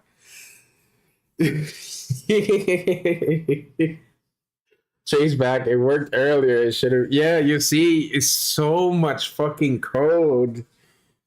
We did it though. We did it. Holy fuck. I think that was a huge step that we just did. And we didn't even finish this specific course, which is funny. But okay. Running code. Then you'll want to change directory to your actual desktop or wherever you saved this .py file. So type cd and then desktop to change directory to your desktop. Yeah, What you yeah. should be able to do Which is what type we out just did. Python space, and then begin typing out the name of your file. In my case, it was example.py. And to prove to yourself that we're in the correct location, you should be able to hit tab, and it will autocomplete. Yep. Say Python my example.py, and this is how you can run. I wish you guys could see it, but literally what we just did, right now is everything that this guy is going to go over. Hello world. Now you successfully created a Python script in your text editor, and you ran that script at your command line. What you can also do is just type Python by itself at your command line, hit enter, and this is a very simple direct connection to Python, allowing you to type Python code directly at your command line. We won't really be using this throughout your training because it's only one line at a time, and eventually we'll be using. And when I did type Python, it didn't show up because I didn't have Python reader installed on my PC. And learning about writing more than one line at a time for code, but you can also just check it out, type print hello, enter, and you'll notice you have hello as the output. So this is basically one line at a time. You can write Python code. Then we can type quit, open and close parentheses, hit enter, and we've quit out of the Python interpreter. Oh, that's how you get out. All right, okay. So we just learned how to actually run a Python script at your command line. Now let's explore the Jupyter Notebook environment and see how that works. To do so, we'll go to our Anaconda Navigator. So search your computer for Anaconda Navigator. Mm-hmm. And then once you've done that, go ahead and launch the Jupyter Notebook. I have my Jupyter Notebook right here. Notice that your browser automatically opens up to localhost : either 8888 or 8889 or some other series of numbers. That while Jupyter Notebook does operate inside of your browser, it does not require an internet connection. Everything is happening locally. There's no internet connection between Jupyter and some other server somewhere. It just happens to open up and operate in your browser as a convenient graphical interface for you to program in. So once you launch Jupyter Notebook, you'll notice that you can view all the files on your computer. For example, click here on the desktop folder. And now I can see that my example.py script we had just created earlier. And using the Jupyter Notebook system, you can actually add on and edit .py files. So for example, we could add on another print statement here, new, and then save this change. So we could say save. And then we could also download or rename the file and a bunch of other stuff. But we're not going to be using Jupyter for this sort of text editing. It's probably better to use Sublime Text Editor. But again, it's personal preference. What we're really going to be using Jupyter for is the notebook system. So you can click here where it says new, and under notebook, you should see Python 3. Sometimes it says conda root or something else, but click on what it says under notebook. Hold on, gang. Hold on, gang. Hold on. Because there's something You'll notice that you can. There's something going on here, right? So on here, how do I go back? Create a new project.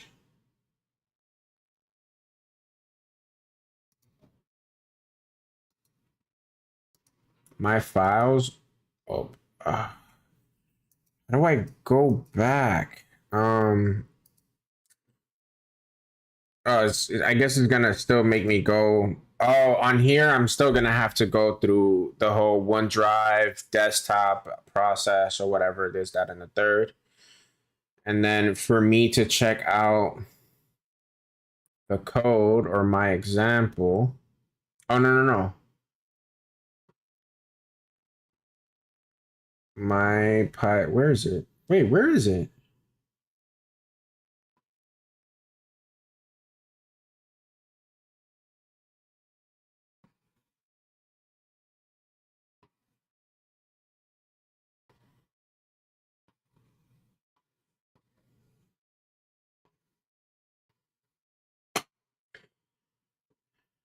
That Python notebook. That's not what I'm looking for.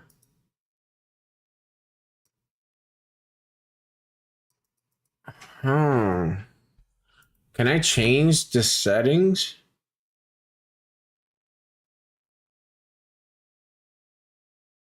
Bro, I hate OneDrive.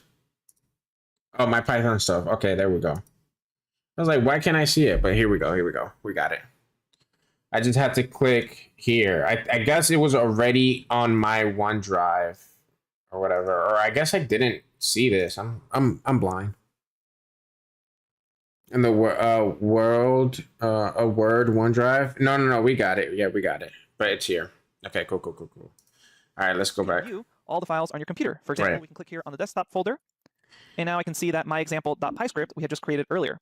And using the Jupyter Notebook system, you can actually add on and edit .py files. So for example, we could add on another print statement here, new, and then save this change. So we could say save, and then we could also download or rename the file and a bunch of other stuff. But we're not going to be using Jupyter for this sort of text editing. It's probably better to use Sublime Text Editor, but again, it's personal preference.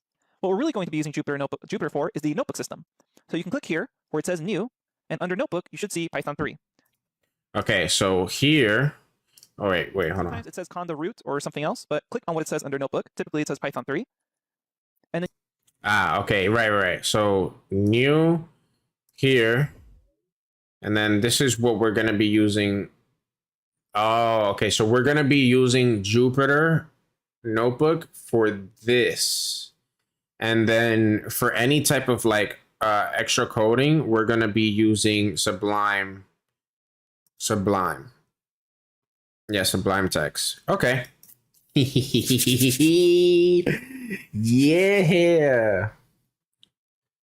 Finna code me a new shirt. Okay.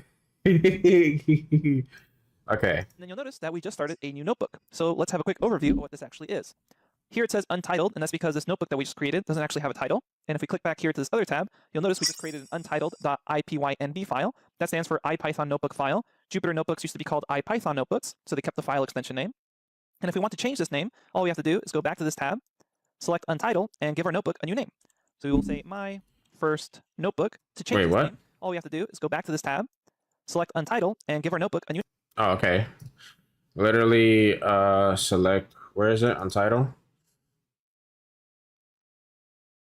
Motherfucker, what?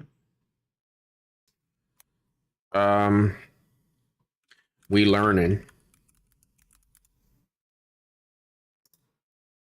Yes, sir. New name. So we will say my first notebook, hit enter, and we've renamed the notebook as well as the actual Code blocks. Hopefully they have features that correct you. Code blocks has some of the features, but it's for C++ app. I've been streaming this for 3 hours, making me look bad. I'm a lock in on my shit right now. Bro, yeah, bro. Come on now. Yo, by the way, John, Ryzen has been the fucking GOAT this whole time. I mean, I'm pretty sure you could go through the text, but he's been here and he's the GOAT. He actually started his coding journey was C++, and he's gonna finish it when he has the time, of course. But yeah, he's been like just here troubleshooting with me and stuff like that. And Ryzen, this is my boy John. He also streams if you want to check him out. He's cool as fuck. Or he started streaming more on YouTube and stuff like that. So, and he's actually taking a course for what is it? Real estate. He's doing a real estate course. So this is pretty cool. You'll notice now it says my first notebook.ipython notebook extension. So coming back to this notebook, the notebook uses a cell-based system, meaning you write code in a cell, you run the cell, and then see the actual output right below the cell. So let's try running our simple print statement. Inside of a cell, type print, open close parentheses, hello, and you'll notice that Jupyter auto-completes some things for you, such as quotes or parentheses, and then we can run this cell. So you can click here on the run button, and it will run the cell, and you'll see the output directly below.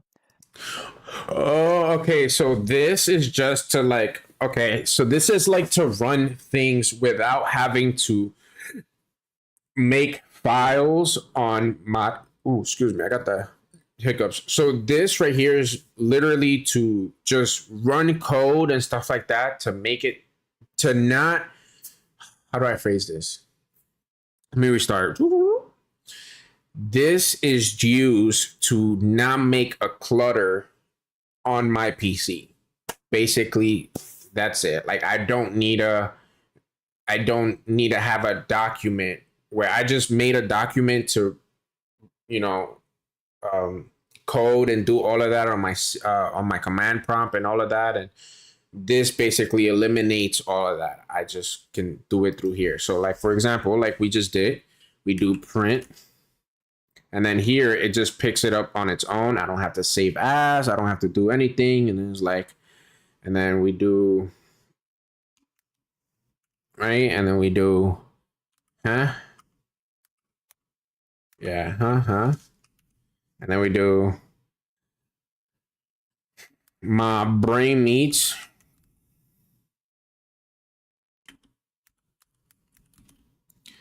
Is growing. All right.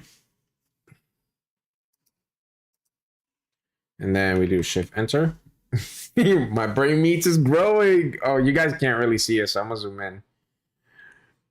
So I could just do all of that through here, like without having to freaking make a whole file thing and all of that stuff. Must be mad helpful asking instead of Googling. Hello, peer review is always good. For sure. It makes you so you don't have to use CMD every time. Yeah, exactly. Oh, it even has autosave. Nice. It's a compiler. Yeah, literally. So I don't have to deal with none of that bullshit. Ugh. Okay.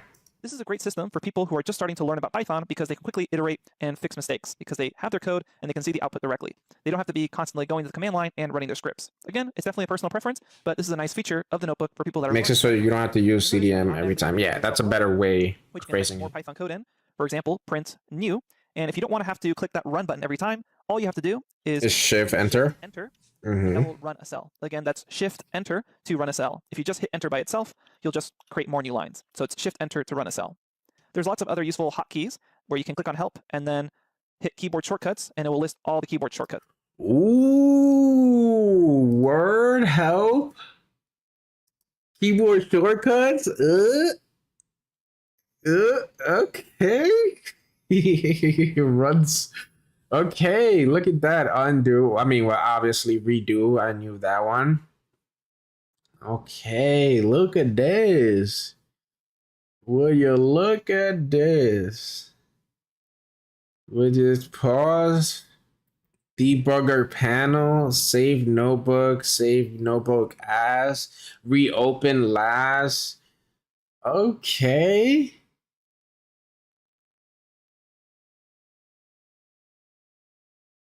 Okay. I like where this is going. Okay. The most useful ones we'll be teaching you later on, but you can always explore that yourself. Now, we also discussed that the notebook system can actually hold markdown text. That is just normal text that is not code that you can just use for yourself to type out notes as you're learning throughout this bootcamp. So if you click on a cell, you'll notice here it says code, and that's because this is currently a Python code cell. If you want to make it into just a normal markdown cell, select from this dropdown, markdown, and now this is no longer a code cell, it's just a cell that will just have normal text in it. And you'll notice that it no longer has this in right in front of the cell, so that also indicates that it's just for normal text. Look at this. Would you look at this? Smiley face. We'll do this one. And then shift enter. Would you look at this? I love this. So if I don't want to write code, oh, this is huge brain. Because if like I'm trying to like if I don't want to if I don't want to use CMD or command prompt or anything, I can come over here and mess around with some codes to see whether or not it would work. And then I can write a note about whatever it is for that specific code up there. And then if I want to add more cells, I can do add below or above. And then if I want to delete them, I just hold down D or press D and it'll bring me back. Shift enter for the next one. Okay. Retaining all the information. Just notes that will help you understand. And if you do shift enter.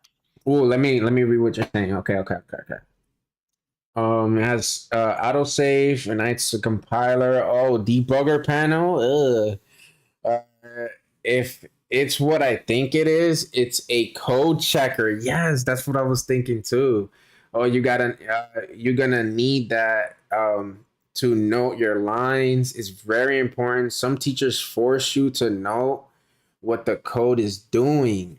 I usually do this at the end of the code, not at the bottom. Okay. Just a normal text. So again, this is no longer code, it's just text for yourself. And a lot of the notebooks we provide throughout your training will have markdown text as explanation. And if you ever want to write another code cell, you can just hit on a cell and then make sure that select the code. And you should be able to print whatever you want here. Shift enter to run it, and that's the very basics. We'll be talking a lot more about notebooks later on throughout your training, but that's really the basics. The last thing I want to note is that this special extension of the notebook file, this .ipynb, means that you actually can't double click on this file on your computer and expect it to open. So let me show you what I mean by that.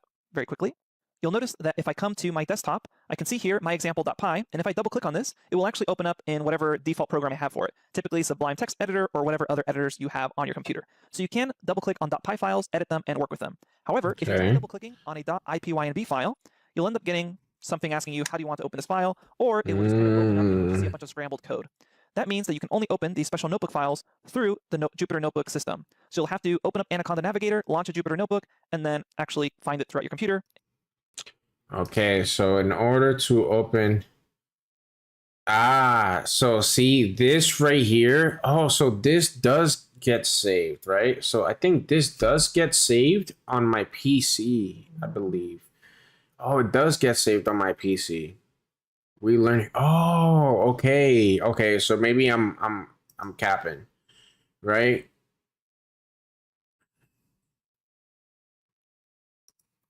But is that under my Python stuff? Oh, it is. Everything is under my Python stuff. Let's go. I don't have to look everywhere.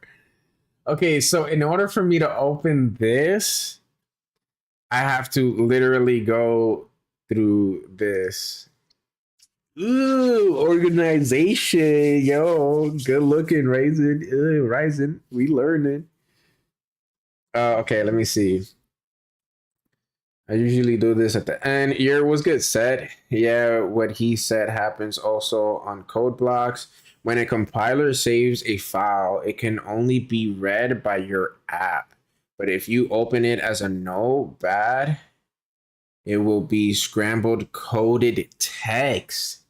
Really? I kind of want to see that. I kind of want to. Okay, let's see that. So if if I open this, I'm gonna use edit pad pro just once.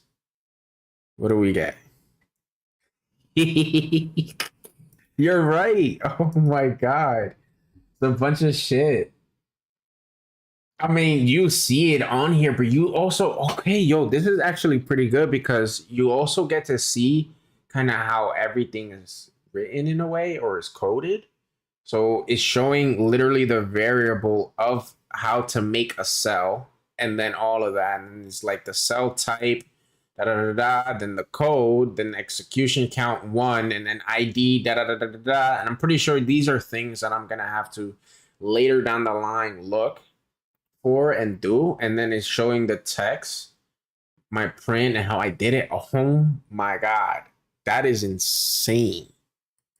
Notepad. Yeah, sorry. Oh, yeah. But now let's say I open this. Let's say I open this as Sublime Text. I'm going to do it just one. Oh, it still does that. So I have to literally... Yo, this is actually cool, though, because it's showing me the actual, like, the cells, the actual coding. And, oh, this is an open... I forget what this thing is called, but I'm going to just call it open squiggly parentheses. And then everything under here, under that one, is the actual code. And then this is the closed squiggly parentheses. Interesting. So this whole thing is one cell, literally. It's just different lines, meaning... Right, this is just how my brain is understanding it, right? So this is the cell. In order for me to, let's say, write something, I can press space, So it's basically just doing this, right? I'm pretty sure, something like that, and it's all one cell. It's not, or is it different lines? Am I tripping? I think this is different lines, maybe. I think I'm tripping. Oh yeah, they are different lines. Interesting. They are different lines. I thought it was the same cell, but no. It's different lines. And then I think this little squiggly thing is what keeps everything together in a way. Or I'm not sure. I think I'm going too ahead of myself. But this is all crazy shit. Let me see what you're saying. My brain, I'm glad you're so excited though. This is nice. Open source. Yeah, open source. Thank you. That's what it means. That's how it's meant to be written for C plus. From the writing, it seems to be simplified using namespace command. Yeah, that's quite an improvement. Don't bother with it for now. Python is there to simplify it for us. Oh, got you. But then this is what C has to look like. This is great. This is a little crazy. I go, hold you, gang. All right. And click on it. All right. You're right. I'm not gonna worry. I'm not focused on that. I just wanted to see how it would look like opening it under Notebook. So code. It's time to actually learn Python. Okay, we're done. We're done. It's funny. We had literally a whole, we had a literal whole like separate Python thing on our own. And anyways, okay. So quick notes on how to download the course material. GitHub recently changed its layout to download the course material. Navigate to bootcamp. Click code. Download zip.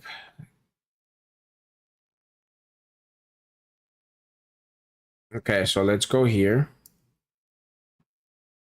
You good? What happened?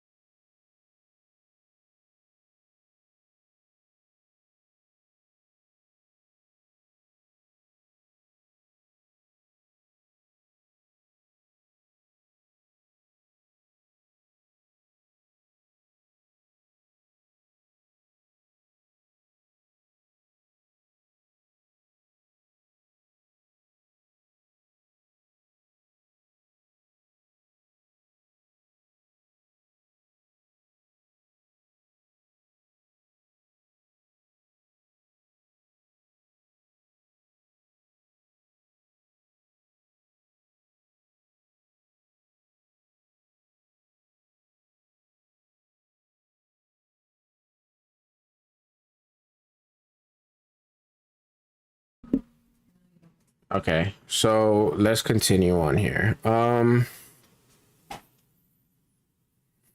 It's quite an improvement. Python is there. It's simply simplify it for us. Sudden no sound. Put a plug. No. Yeah, I muted just for right now. It just looked like something was going on. So, all right. So we're gonna hit code. We're gonna download zip.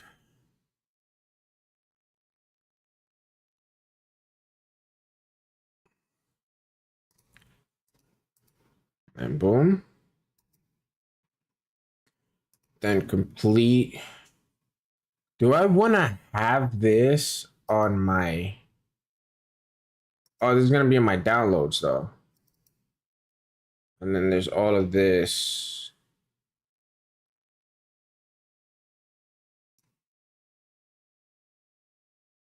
Should I bring... I feel like I should bring this into my Python stuff. Yeah, I'm going to bring this into my Python stuff. Yeah. Yeah, I hope that didn't fuck anything up, but we'll leave it there. Boom. Okay. We got the zip, and now let's getting the notebooks and course material. Hi everyone, I just wanted to take this lecture to very quickly show you how you can download the course notebooks and open them on your computer in case you're having any issues with that. If you've already been able to do that just from the links from the FAQ lecture or the course overview lecture, feel free to skip this lecture. But basically, all I'm going to do here is show you how you can actually download the notes from our GitHub page. So you should have seen a little blue pop up with a resource link, and that resource link will take you to the GitHub page for Purian Data and the Complete Python 3 Bootcamp. So go to this resource link. You can either type it in manually, Google search it, or just use it by section. And then inside of these sections, you'll see the notebooks themselves. And the notebooks are titled both so that their lecture title matches as best we could with the notebook title. And then we also have them kind of numbered so you can go through them in order. So for example, when you're learning about for loops, you'll go ahead and click here on for loops, and this will eventually load up the notebook. Notice how it's a .ipynb file. But once you have the notebook loaded, you should see lots of useful information here, and then the actual code itself. Now, if you want to run these notebooks on your repository, so we'll come back here, click on Complete Python 3 Bootcamp, and there's different ways you can download this repository file, which you can then unzip, and that will have all the .ipynb files that you can then access. But definitely check out the FAQ. Oh, okay. So what I just downloaded was the course material, literally. So in here,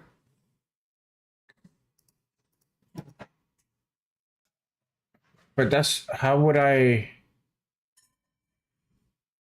Oh, would I open this through here? We learning? No, not we learning, through here. Here. And then here. And then here. And this would show me. Oh, that's so cool. Okay, so if I want access to all of this, I have to literally go through. Got you.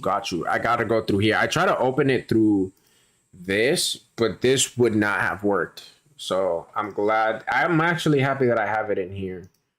This folder here. I just gotta remember that. The complete Python book. Okay, cool. Okay, we're learning a little bit. We learning. Okay. We learning. A key lecture where we have more detailed instructions on how to do all this. Okay, thanks everyone. We'll see you at the next lecture.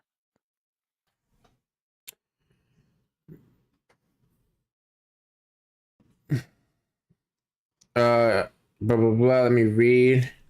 Hello. This is the next one. Okay, let me read what you're saying. 5 words, sudden, no sound, pull apart. Just left a bit. I hear you. What are they supposed to be? Homework? Sample projects? If they are samples, might as well. Nah, should be fine if you extract it, unless it's malicious. Yeah, using Jupyter. Yep. Oh, wow, that's even better than what we have. That's an interactive book. That means you can read the book and play on the book.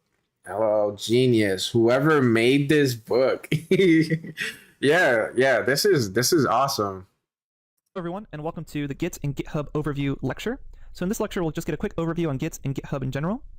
So what is Git, G-I-T? Git is a free and open source distributed version control system, and it can handle everything from just a small project to a really large one. Oh, is this telling me what go ahead and go to GitHub is? To learn more about Git, and you can try it in your browser for free by clicking this try Git link on the Git page here. And it'll take you to this link at try.github.io, and it'll teach you Git pretty quickly in your browser. So it's actually a really useful tool. So what kind of companies are using Git, this version control system? Pretty much all major companies, such as Google, Facebook, Microsoft, Twitter, LinkedIn, etc. There's a whole list of companies. Many companies use Git. And you might be wondering, what's the difference between Git and GitHub? Oh, see? Yeah, I'm glad he said that, because I didn't know what the hell the difference was between Git and GitHub. A web page where you can publish your Git repositories and collaborate with other people. Oh. Git's a version control system. So basically, Git is where you do all your coding stuff, and GitHub is where you publish things. We have a series of snapshots of your code, which are known as commits. And as you see the path of the snapshots, you can check what order they're created in. So can you use Git without GitHub is another question people ask. And yes, so Git runs locally if you don't use GitHub. An alternative to GitHub might be using Git with your files and then hosting them on Dropbox. But GitHub is the de facto and most popular streamlined service that's designed especially for Git. So I encourage you to make your own GitHub account and check it out. I have my own GitHub account, and that's where I commit the repositories for the notebooks, and that's how you're able to view them. It's because I'm pushing them to GitHub. Okay, so I think this is our time to make a GitHub. We're going to use our Google account, since I'm going to basically be using that a lot. Add a new sign-in method. Is an existing email? Do you want to enable? Oh, okay.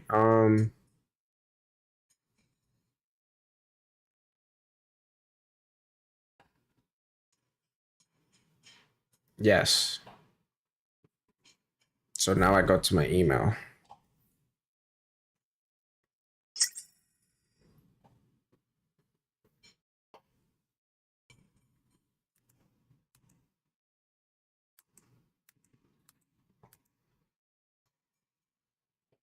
Nice. Okay, beautiful, beautiful. I want to make sure that I'm signed into this so that if I need to come into it, it'll be great. All right. If you're interested in working how GitHub works, you can go to guides.github.com/activities/hello world. Again, this link is in the lecture text. And you can check out their Hello World documents. It's all in browser, so again, you don't need to download anything. You can just check it out all there. And then another great website for learning Git in general, just GIT Git, is gitimmersion.com. And it works for both Mac and Windows. Okay, so that's just a brief overview on Git and version control in general, the links and resources you need to learn more about them. Don't worry if you don't want to check that out right now. Later on in the lecture, we'll touch again on this topic when we talk about modules and importing and creating your own libraries. All right, that's it for this lecture. Up next, we'll finally get started with Python object and data structure. Okay, that's pretty cool. And I'll see you at the next lecture. Okay, quick notes. Quick notes on GitHub documentation. The GitHub documentation may differ from the course video, but it is significantly more comprehensive. Quick notes on the Git. Oh, so there's notes on here.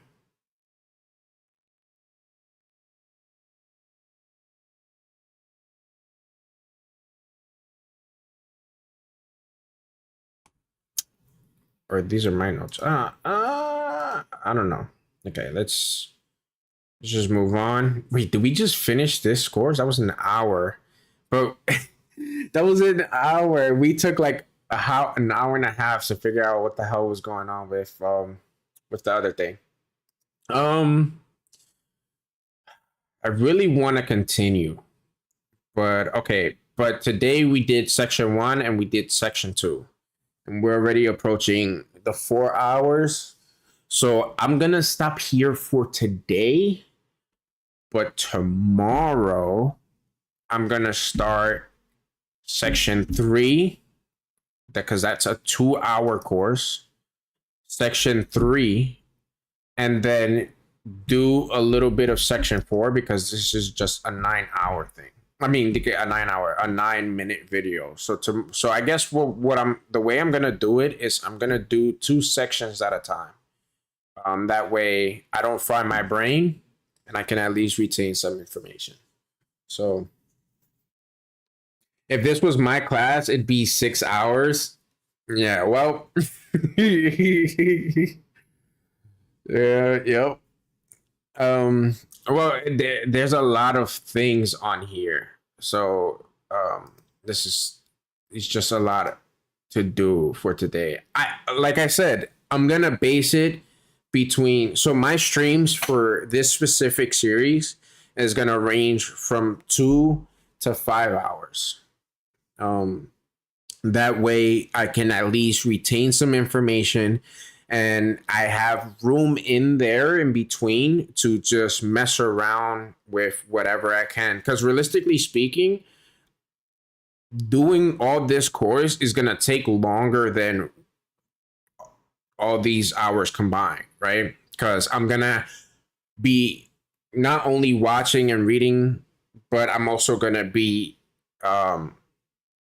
doing things myself. So hands-on learning. So there's going to be times where I'll stop a video and then I'll start doing some coding myself and doing this, that, and the third. And that's why I kind of range it between a few hours within stream so that I can at least retain the stuff that I'm doing, have fun, and not feel miserable about getting lectured down the line. So to tell you the truth, I won't be able to see your live streams because I'm only off due to my back problems at the moment, but I will still see your history vids. Be sure to find Discord help ASAP. The more help, the better. Yeah, no, absolutely. And look, whenever you can join, great, but the videos are going to be posted up. I already created a playlist for my and I also saved this because I'm definitely gonna try to see how that,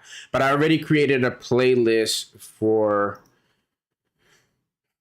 this, so you can even wait, where is it? You could go to my channel, if you want to just follow along with my processing and all of that, like you'll be able to just go to playlist, and then my coding journey is going to be right there, and this is the first video, and then from there on you can anything that you've missed, if you want the time to just chill or whatever with me, or see how I'm processing things or comment or whatever it is, it's all going to be organized here.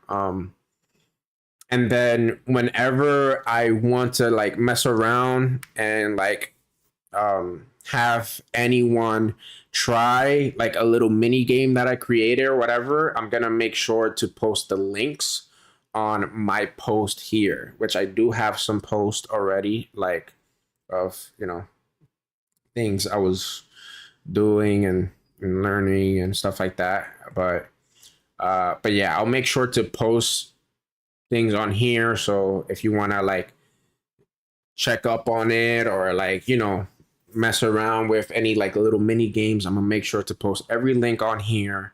Anything that has to do with coding or any like mini games or things that I'm gonna be making or creating, I'm gonna post it all on here. But anyways, that's it for me for right now. I'm gonna take a little bit of a break, and I'm probably gonna stream again and play a game, you know what I'm saying? Finish a game that I've been playing. And then we'll call it a night. But it's been real. It's been your boy. Yo, Ryzen, you're the GOAT. I definitely am grateful that you stopped by. Let me check. Do you have a channel? Like, do you post on your channel? No, you don't. Or you know what? I'm gonna be your first subscriber, cause you helped the fuck out of me. Hell yeah. Yo, I'll talk to you later, Seth. Yo, take care, dude. But all right. Anyways, again, it's been real. It's been your boy, and I'll catch you guys tomorrow. For this stream, for the whole coding thing. If not, we'll do it. We'll do it whenever. But peace.